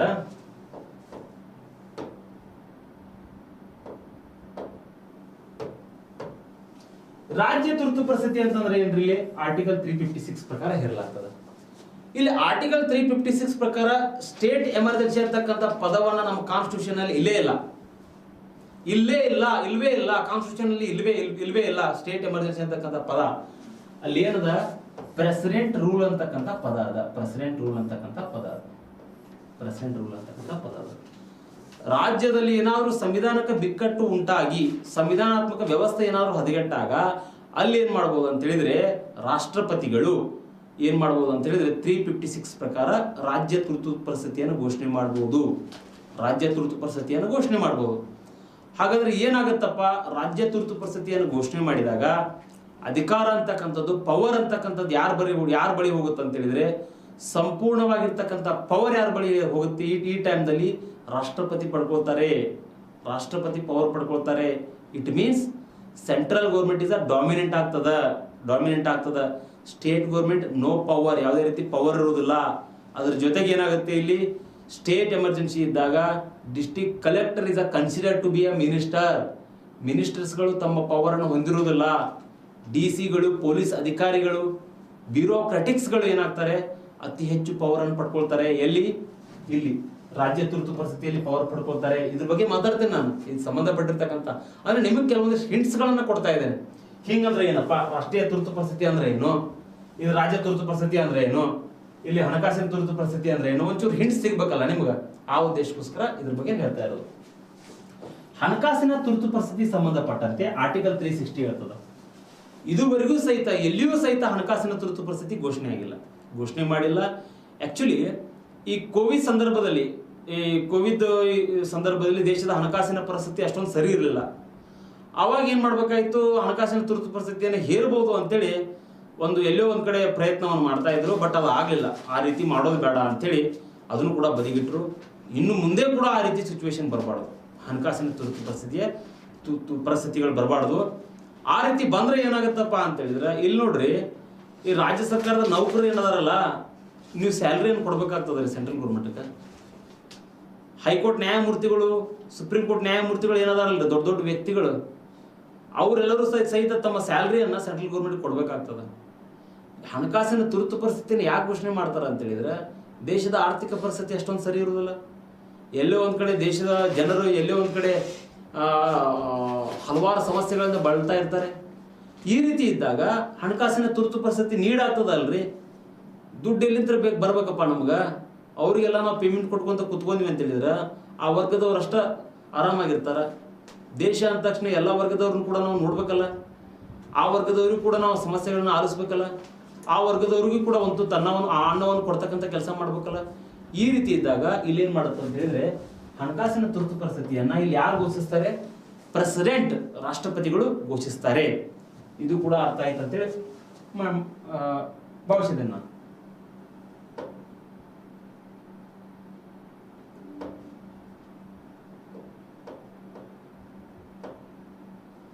ಓಕೆ, ಇಲ್ಲಿ ನೋಡ್ರಿ, ಈಗಾಗಲೇ ನಾನು ಮಾತಾಡಿದ್ದೀನಿ ವಿಷಯಕ್ಕೆ ಸಂಬಂಧಪಟ್ಟಂತೆ. ವಾರ ಆದಾಗ ರಾಷ್ಟ್ರೀಯ ತುರ್ತು ಪರಿಸ್ಥಿತಿ ಘೋಷಣೆ ಮಾಡ್ತಕ್ಕಂಥದ್ದು ಬೇರೆ ಹೊರಗೆ ಎಕ್ಸ್ಟರ್ನಲ್ ಅಗ್ರೆಷನ್ ಅಂತ ಕರಿತೀವಿ. ಹೊರಗೆ ಬೇರೆದವ್ರು ಏನಾದ್ರು ದಾಳಿ ಮಾಡಿದಾಗ, ಆಂತರಿಕವಾಗಿ ಮಿಲಿಟರಿ ದಂಗೆ ಆದಾಗ ಇದು ಇಂಪಾರ್ಟೆಂಟ್ ಆಗ್ತದ. ಯಾಕೆ ಹೇಳ್ರಿ? ಇದು ಆಂತರಿಕ ಗಲಭೆ ಅಂತಿತ್ತು. ಇದನ್ನ ಅಮೆಂಡ್ಮೆಂಟ್ ಮಾಡೋದ್ರ ಮೂಲಕವಾಗಿ ಸಶಸ್ತ್ರ ದಂಗೆ ಅಂದ್ರೂ ಒಂದ, ಮಿಲಿಟರಿ ದಂಗೆ ಅಂದ್ರೂ ಒಂದ, ಇದನ್ನ ಸೇರಿಸ್ತಾರೆ. ಹಾಗಾದ್ರೆ ರಾಷ್ಟ್ರೀಯ ತುರ್ತು ಪರಿಸ್ಥಿತಿಗೆ ಸಂಬಂಧಪಟ್ಟಿರ್ತಕ್ಕಂಥ ಅಂಶಗಳು ಇಷ್ಟು. ಇನ್ನೂ ಅದಪ್ಪ, ಇನ್ನೂ ಹೇಳ್ಕೊಡ್ತೇನೆ. ಇಲ್ಲಿನ್ನೂ ಏನದ ಅಂತ ಹೇಳಿದ್ರೆ, ನ್ಯಾಷನಲ್ ಎಮರ್ಜೆನ್ಸಿಗೆ ಸಂಬಂಧಪಟ್ಟಂತೆ ಇಲ್ಲಿ ಯೂನಿಯನ್ ಅಂದ್ರೆ ಕೇಂದ್ರ ಯೂನಿಯನ್ ಸಂಬಂಧಪಟ್ಟಂತೆ, ಅಂದ್ರೆ ಕೇಂದ್ರ ಕ್ಯಾಬಿನೆಟ್ಗೆ ಸಂಬಂಧಪಟ್ಟಂತೆ, ಯೂನಿಯನ್ ಕ್ಯಾಬಿನೆಟ್ಗೆ ಸಂಬಂಧಪಟ್ಟಂತೆ ಇಲ್ಲಿ ಏನಾಗಬೇಕು? ಆಕ್ಚುಲಿ ಪರ್ಮಿಷನ್ ಅನ್ನ ತೆಗೆದುಕೊಳ್ಬೇಕಾಗ್ತದ. ನಾವು ಪರ್ಮಿಷನ್ ಅನ್ನು ತೆಗೆದುಕೊಂಡು ರಾಷ್ಟ್ರೀಯ ತುರ್ತು ಪರಿಸ್ಥಿತಿಯನ್ನು ಘೋಷಣೆ ಮಾಡಬೇಕು. ಪರ್ಮಿಷನ್ ತೆಗೆದುಕೊಳ್ಬೇಕಾಗ್ತದ. ಬಟ್ ಇಲ್ಲಿ ಏನಾಗುತ್ತೆ, ಇಂದಿರಾ ಗಾಂಧಿ ಅವ್ರು ಏನ್ ಮಾಡ್ತಾರೆ, ಇಲ್ಲೊಂದು ಸ್ಟೋರಿ ಬರ್ತದೆ ರೀ. ಇಂದಿರಾ ಗಾಂಧಿ ಅವ್ರು ಏನ್ ಮಾಡ್ತಾರೆ, ಅವ್ರ ಮಗ ಆಗಿರ್ತಕ್ಕಂಥ ಸಂಜಯ್ ಗಾಂಧಿ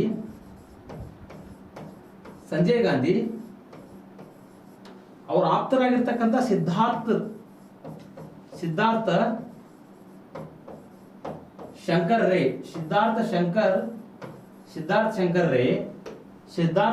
ರೇ ಇವ್ರು ಏನ್ ಮಾಡ್ತಾರೆ, ಇವ್ರದೊಂದು ಟೀಮ್, 3 ಜನ ಟೀಮ್ ಏನಿತ್ತಲ್ಲ, ಆಕ್ಚುಲಿ ಯೂನಿಯನ್ ಕ್ಯಾಬಿನೆಟ್ ನ ಪರ್ಮಿಷನ್ ಬೇಕೇ ಬೇಕು. ಎಲ್ಲಿ ಈ ನ್ಯಾಷನಲ್ ಎಮರ್ಜೆನ್ಸಿಯನ್ನು ಘೋಷಣೆ ಮಾಡ್ಬೇಕಾಗಿತ್ತು ಅಂತ ಹೇಳಿದ್ರೆ.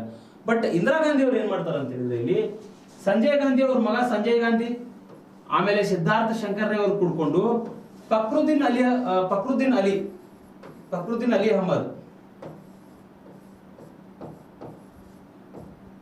ಅಹಮದ್ ಇವ್ರು ಅವತ್ತಿನ ಪ್ರೆಸಿಡೆಂಟ್ ಇರ್ತಾರೆ. ಆ ಪ್ರೆಸಿಡೆಂಟ್ ಬಳಿ ಹೋಗ್ಬಿಟ್ಟು ನಾವು ಏನ್ ಮಾಡ್ತಾ ಇದೀವಿ, ಎಮರ್ಜೆನ್ಸಿಯನ್ನು ಘೋಷಣೆ ಮಾಡ್ತಾ ಇದ್ದೇವೆ ಅಂತೇಳಿ ಅಲ್ಲಿ ಏನ್ ಮಾಡ್ಬಿಡ್ತಾರೆ, ಹೇಳ್ಬಿಡ್ತಾರೆ.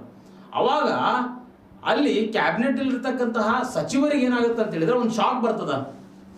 ಏನ್ ಶಾಕ್ ಆಗುತ್ತೆ ಅಂತ ಹೇಳಿದ್ರೆ, ಇಂದಿರಾ ಗಾಂಧಿ ಅವ್ರು ಏನ್ ಮಾಡ್ತಾ ಇದಾರೆ, ಎಮರ್ಜೆನ್ಸಿಯನ್ನು ಘೋಷಣೆ ಮಾಡಿಬಿಟ್ಟಿದ್ದಾರೆ. ಹಾಗಾದ್ರೆ ಆ ಎಮರ್ಜೆನ್ಸಿ ಬಗ್ಗೆ ಅವ್ರಿಗೆ ಘೋಷಣೆ ಮಾಡಿದ್ದು ಗೊತ್ತೇ ಇಲ್ಲ. ಅವ್ರಿಗೆ ಬೆಳಗ್ಗೆ ಆದ ತಕ್ಷಣ ರೇಡಿಯೋದಲ್ಲಿ ಅವರು ಕೇಳಿದಾಗ ಗೊತ್ತಾಗಿದ್ದು. ಅವ್ರಿಗೆ ರೇಡಿಯೋ ಮುಖಾಂತರ ಎಮರ್ಜೆನ್ಸಿ ಘೋಷಣೆ ಆಗಿದೆ, ಅಲರ್ಟ್ ಆಗಿದೆ ಅಂತೇಳಿ ಏನೋ ಮಾಹಿತಿ ಹೇಳಿದಾಗ ಅದು ಗೊತ್ತಾಗಿದ್ದವ್ರಿಗೆ. ಅವಾಗ ಇಲ್ಲಿ ಮುಖ್ಯವಾಗಿ ಕೆಲವೊಂದಿಷ್ಟು ಅಂಶಗಳು ಬರ್ತಾವೆ. ಇಲ್ಲಿ ಬಾಬು ಜಗಜೀವನ್ ರಾವ್ ಅವರು ಆಗಿರ್ಬೋದು, ಕೆಲವೊಂದಿಷ್ಟು ಹೋರಾಟಗಾರರು ಅದರಲ್ಲಿ ಏನಿರ್ತಾರಲ್ಲ, ಅವ್ರು ಹೇಳ್ತಾರೆ, ನೀವು ಯಾಕೆ ಪ್ರತಿಭಟನೆ ಮಾಡಲಿಲ್ಲ, ಅದಕ್ಕೆ ಸಂಬಂಧಪಟ್ಟಂತೆ ಯಾಕೆ ನೀವು ಕ್ಯಾಬಿನೆಟ್ ಅಲ್ಲಿ ಇರ್ತಕ್ಕಂಥ ಮೆಂಬರ್ ಇದ್ರೂ ಸಹಿತ ನೀವು ಯಾಕೆ ಹೋಗಿ ಎಮರ್ಜೆನ್ಸಿ ಬಗ್ಗೆ ಚರ್ಚೆ ಮಾಡಲಿಲ್ಲ ಅಂತೇಳಿ ಕೇಳಿದಾಗ ಅವ್ರು ಹೇಳ್ತಾರೆ, ನಾನು ಅರೆಸ್ಟ್ ಆಗ್ಲಿಕ್ಕೆ ನಾನು ಬಯಸ್ತಾ ಇರಲಿಲ್ಲ.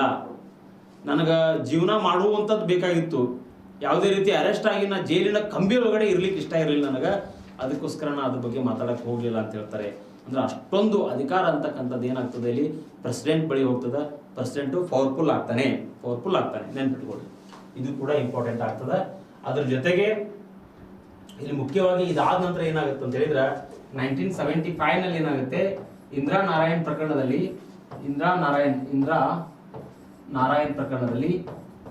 ಇಲ್ಲಿ ಮೂಲ ರೂಪರೇಷದ ಬಗ್ಗೆ ಸುಪ್ರೀಂ ಕೋರ್ಟ್ ತೀರ್ಪು ಕೊಡ್ತದ. ಸಂವಿಧಾನದ ಮೂಲ ರೂಪರೇಷದ ಬಗ್ಗೆ ಸುಪ್ರೀಂ ಕೋರ್ಟ್ ತೀರ್ಪು ಕೊಡ್ತದ. ಜೊತೆಗೆ ಇನ್ನೂ ಒಂದು ಏನಂದ್ರೆ, ಇಲ್ಲಿ ಮುಖ್ಯವಾಗಿ ಎರಡನೇದು ಏನಂದ್ರೆ, ಮಿನರ್ವಾ ಮಿಲ್ಸ್ ಪ್ರಕರಣದಲ್ಲಿಯೂ ಸಹಿತ ಮಿನರ್ವಾ ಮಿಲ್ಸ್ ಪ್ರಕರಣ ಇದು ಇಂಪಾರ್ಟೆಂಟ್ ಆಗ್ತದ.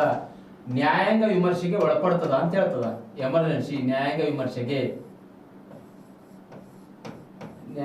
ವಿಮರ್ಶೆಗೆ ಒಳಪಡುತ್ತದ ಅಂತ ಹೇಳಿ ಈ ಪ್ರಕರಣದಲ್ಲಿ ಹೇಳ್ತದೆ. ಮಿನರ್ವಾ ಮಿಲ್ಸ್ ಪ್ರಕರಣದಲ್ಲಿ ಇಂಪಾರ್ಟೆಂಟ್ ಆಗ್ತದೆ ನೋಡ್ರಪ್ಪ. ಇದು 2 ಅಂಶ ನೆನ್ಪಿಟ್ಕೊಳ್ರಿ. ಹಾಗಾದ್ರೆ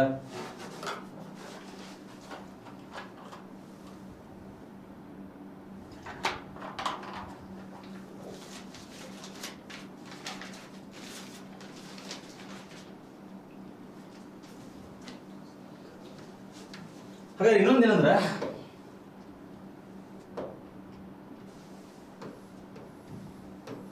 ಈ ತುರ್ತು ಪರಿಸ್ಥಿತಿಗೆ ಸಂಬಂಧಪಟ್ಟಂತೆ ಸಂಸತ್ತಿನ ಒಪ್ಪಿಗೆ ಮತ್ತು ಅವಧಿ ಇದಕ್ಕೆ ಸಂಬಂಧಪಟ್ಟಂತೆ ಇಲ್ಲಿ ಸಂಸತ್ತಿನ ಒಂದು ತಿಂಗಳೊಳಗಡೆ ತುರ್ತು ಪರಿಸ್ಥಿತಿಗೆ ಸಂಬಂಧಪಟ್ಟಂತೆ ಅನುಮೋದನೆ ತಗೊಳ್ಬೇಕು. ನಾವು ಒಂದು ತಿಂಗಳೊಳಗಡೆ ಸಂಸತ್ತಿನ ಅನುಮೋದನೆ ಬಂದ್ಬಿಟ್ಟು ಎಮರ್ಜೆನ್ಸಿ ಏನಾದ್ರು ಘೋಷಣೆ ಆದ್ರೆ ಒಂದು ತಿಂಗಳೊಳಗಡೆ 1 ಮಂತ್ ಒಳಗಡೆ ನಾವೇನ್ ಮಾಡಬೇಕು, ಪರ್ಮಿಷನ್ ಅನ್ನು ತೆಗೆದುಕೊಳ್ಬೇಕು.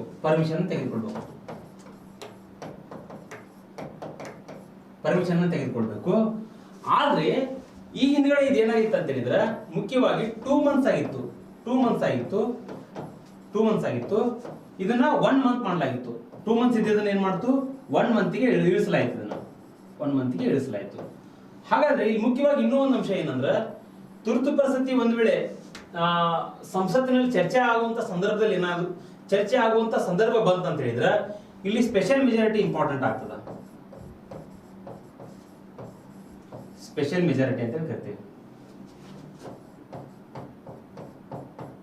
ಸ್ಪೆಷಲ್ ಮೆಜಾರಿಟಿ ಏನ್ರಿ ಸ್ಪೆಷಲ್ ಮೆಜಾರಿಟಿ ಅಂತ ಹೇಳಿದ್ರೆ, ಇಲ್ಲಿ ಸಂಸತ್ನಲ್ಲಿ 50% ಜನ ಇರಬೇಕು, ಜೊತೆಗೆ 2/3 ನಷ್ಟು ಆ ಮಸೂದೆಗೆ ಅನುಮೋದನೆಯನ್ನು ಕೊಡಬೇಕು. ಇದಕ್ಕೆ ನಾವು ಸ್ಪೆಷಲ್ ಮೆಜಾರಿಟಿ ಅಂತ ಕರಿತೀವಿ. ಅಂದ್ರೆ ಈ 1 ಮಂತ್ ಒಳಗಡೆ ಪರ್ಮಿಷನ್ ತೆಗೆದುಕೊಳ್ಬೇಕು. ಅದ್ರ ಜೊತೆಗೆ ಇನ್ನೂ ಒಂದು ಏನಂತ ಹೇಳಿದ್ರೆ ಇಲ್ಲಿ ಸ್ಪೆಷಲ್ ಮೆಜಾರಿಟಿ ಬೇಕಾಗ್ತದ. ಅಂದ್ರೆ 6 ಮಂತ್ ವರೆಗೂ ಸಹಿತ ಇದನ್ನ ಏನ್ ಮಾಡಬಹುದು, 6 ಮಂತ್ ವರೆಗೂ ಸಹಿತ ಈ ಒಂದು ಎಮರ್ಜೆನ್ಸಿಯನ್ನ ಹೇರ್ಬಹುದು. 6 ಮಂತ್ ವರೆಗೂ ಸಹಿತ. ಮೊದಲೆಲ್ಲ ಹೆಂಗಿತ್ತು, 6 ಮಂತ್ ಇರ್ಲಿಲ್ಲ, ಅವಾಗೆಲ್ಲ ವರ್ಷಾನುಗಟ್ಲೆ ಘೋಷಣೆ ಮಾಡಬಹುದು, ನಿಮ್ನ ಯಾರು ಕೇಳ್ತಾ ಇರಲಿಲ್ಲ. ಬಟ್ 6 ಮಂತ್ ಆದ ನಂತರ ಸಂಸತ್ತಿನ ಮತ್ತೆ ಅನುಮೋದನೆ ತೆಗೆದುಕೊಳ್ಬೇಕು, ಮತ್ತೆ ಪಾರ್ಲಿಮೆಂಟಿನ ಅನುಮೋದನೆ ತಗೊಳ್ಬೇಕು, ಮತ್ತೆ 6 ಮಂತ್ ಎಕ್ಸ್ಟೆಂಡ್ ಮಾಡ್ಬೇಕಾಗ್ತದ. ಜೊತೆಗೆ ಇದಕ್ಕೆ ಸಂಬಂಧಪಟ್ಟಂತೆ ನೀವೇನ್ ಮಾಡ್ಬೇಕು, ಪಾರ್ಲಿಮೆಂಟ್ ನಲ್ಲಿ 2/3 ಸದಸ್ಯರ ಒಂದು ಬೆಂಬಲವನ್ನು ಪಡ್ಕೊಳ್ಬೇಕು. 2/3 ಸದಸ್ಯರ ಬೆಂಬಲವನ್ನು ಪಡ್ಕೊಳ್ಬೇಕು. ಅವಾಗ ಏನಾಗುತ್ತೆ ಅಂತ ಹೇಳಿದ್ರೆ ಅದು ಇದಕ್ಕೆ ಸಂಬಂಧಪಟ್ಟಂತೆ ಅದು ಏನಾಗುತ್ತೆ, ಸಂಸತ್ತಿನ ಅನುಮೋದನೆಯನ್ನ ತೆಗೆದುಕೊಳ್ಳಲಾಗ್ತದ. ಓಕೆ, ಆಯ್ತು. ಹಾಗಾದ್ರೆ ಇಲ್ಲಿ ಅರ್ಥ ಮಾಡ್ಕೊಳ್ರಿ ನೀವು, ಇವತ್ತಿನ ದಿನದಲ್ಲಿ ನೀವೇನ್ ಮಾಡಿದ್ರಿ, ಪಾರ್ಲಿಮೆಂಟ್ಗೆ ಸಂಬಂಧಪಟ್ಟಂತೆ ಸಂಸತ್ತಿಗೆ ಇರ್ತಕ್ಕಂಥ ಪವರು, ತುರ್ತು ಪರಿಸ್ಥಿತಿಗೆ ಸಂಬಂಧಪಟ್ಟಿರ್ತಕ್ಕಂಥ ಸಂಸತ್ತಿಗೆ ಇರ್ತಕ್ಕಂಥ ಪವರು, ಪ್ರೆಸಿಡೆಂಟಿಗೆ ಸಂಬಂಧಪಟ್ಟಂತೆ ಸಂಸತ್ತಿಗೆ ಇರ್ತಕ್ಕಂಥ ಪವರು, ಇದ್ರ ಬಗ್ಗೆ ನಾ ಇನ್ನೂ ಕೂಡ ಮಾಹಿತಿಯನ್ನು ಹೇಳಬೇಕು.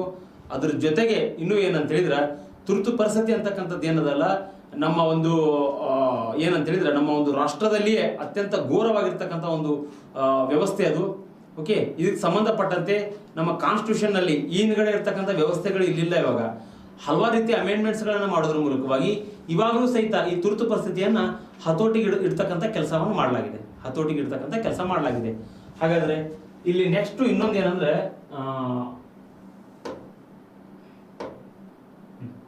ಇಲ್ಲಿ ಹಲವಾರು ರೀತಿಯಾಗಿರ್ತಕ್ಕಂಥ ಮಾಹಿತಿಯನ್ನು ಕೊಡ್ಬೇಕು ನಿಮಗೆ ನಾನು. ಇದಕ್ಕೆ ಸಂಬಂಧಪಟ್ಟಿರ್ತಕ್ಕಂಥ ಅಂಶ ಕೂಡ ಅದ. ಬಟ್ ನಿಮಗೆ ಏನ್ ಮಾಡ್ತೇನೆ ನಾನು, ಇನ್ನೂ ಹೆಚ್ಚಿನ ಮಾಹಿತಿಯನ್ನ ಮುಂದಿನ ತರಗತಿಯಲ್ಲಿ ತಿಳಿಸ್ಕೊಡ್ತೇನೆ. ಯಾಕಂತ ಹೇಳಿದ್ರೆ ಇಲ್ಲಿ ಏನಾಗುತ್ತೆ, ವಿಷಯ ಅಂತಕ್ಕಂಥದ್ದು ಎಮರ್ಜೆನ್ಸಿ ಪ್ರಾವಿಜನ್ಸಿ ಸಂಬಂಧಪಟ್ಟಂತೆ ತುಂಬಾ ಅದಾವ. ಅದನ್ನ ನೀವು ಆಳವಾಗಿ ತಿಳ್ಕೊಂಡಾಗ ಏನಾಗುತ್ತೆ, ಮತ್ತೆ ನೀವು ಪುಸ್ತಕ ಓದಿದಾಗ ನಿಮ್ಗೆ ಅರ್ಥ ಆಗುತ್ತೆ. ಅದಕ್ಕೆ ಅವಸರ ಮಾಡೋದು ಬೇಡ, ನಿಧಾನವಾಗಿ ಕಲಿತಾ ಹೋಗೋಣ. ಅದ್ರ ಜೊತೆಗೆ ಇನ್ನೂ ಏನಂತ ಹೇಳಿದ್ರೆ, ಯಾರು ಇದುವರೆಗೂ ಸಹಿತ ನಮ್ಮ ಒಂದು ಟೆಲಿಗ್ರಾಮ್ ಚಾನಲ್ಗೆ ಜಾಯ್ನ್ ಆಗಿಲ್ಲ, ಜಾಯ್ನ್ ಆಗ್ರಿ. ಏನ್ ಬೆನಿಫಿಟ್ ಅದ ರೀ ಟೆಲಿಗ್ರಾಮ್ ಚಾನಲ್ಗೆ ಜಾಯ್ನ್ ಆದ್ರೆ ನಿಮ್ಗೆ ಅಂತ ಹೇಳಿದ್ರೆ, ಇಲ್ಲಿ ಮುಖ್ಯವಾಗಿ ಟೆಲಿಗ್ರಾಮ್ ಚಾನಲ್ಗೆ ಜಾಯ್ನ್ ಆದ್ರೆ ನಿಮ್ಗೆ ಏನ್ ಬೆನಿಫಿಟ್ ಅದ ಅಂತ ಹೇಳಿದ್ರೆ, ಇಲ್ಲಿ ಮುಖ್ಯವಾಗಿ ಏನಂತ ಹೇಳಿದ್ರೆ,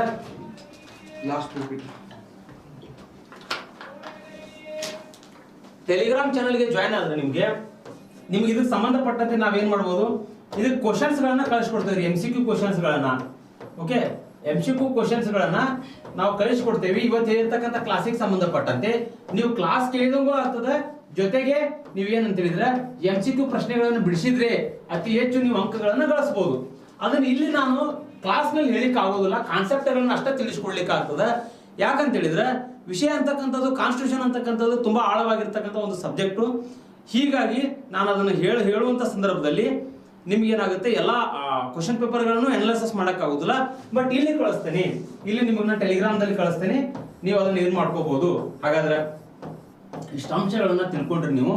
ಓಕೆ, ಇದುವರೆಗೂ ಸಹಿತ ನನ್ನ ತರಗತಿಯನ್ನು ಕೇಳಿದಕ್ಕೆ ಎಲ್ಲ ಒಂದು ಕರ್ನಾಟಕ ಸ್ಪರ್ಧಾರ್ಥಿಗಳಿಗೂ ಸಹಿತ ಮತ್ತೊಮ್ಮೆ ನಾನು ಏನ್ ಮಾಡ್ತೇನೆ, ತುಂಬ ಹೃದಯದ ಧನ್ಯವಾದಗಳನ್ನು ಹೇಳ್ತಾ, ಮತ್ತೊಮ್ಮೆ ಡಾಕ್ಟರ್ BR ಅಂಬೇಡ್ಕರ್ ಅವರ ಜಯಂತಿಯ ತುಂಬ ಹೃದಯದ ಶುಭಾಶಯಗಳು.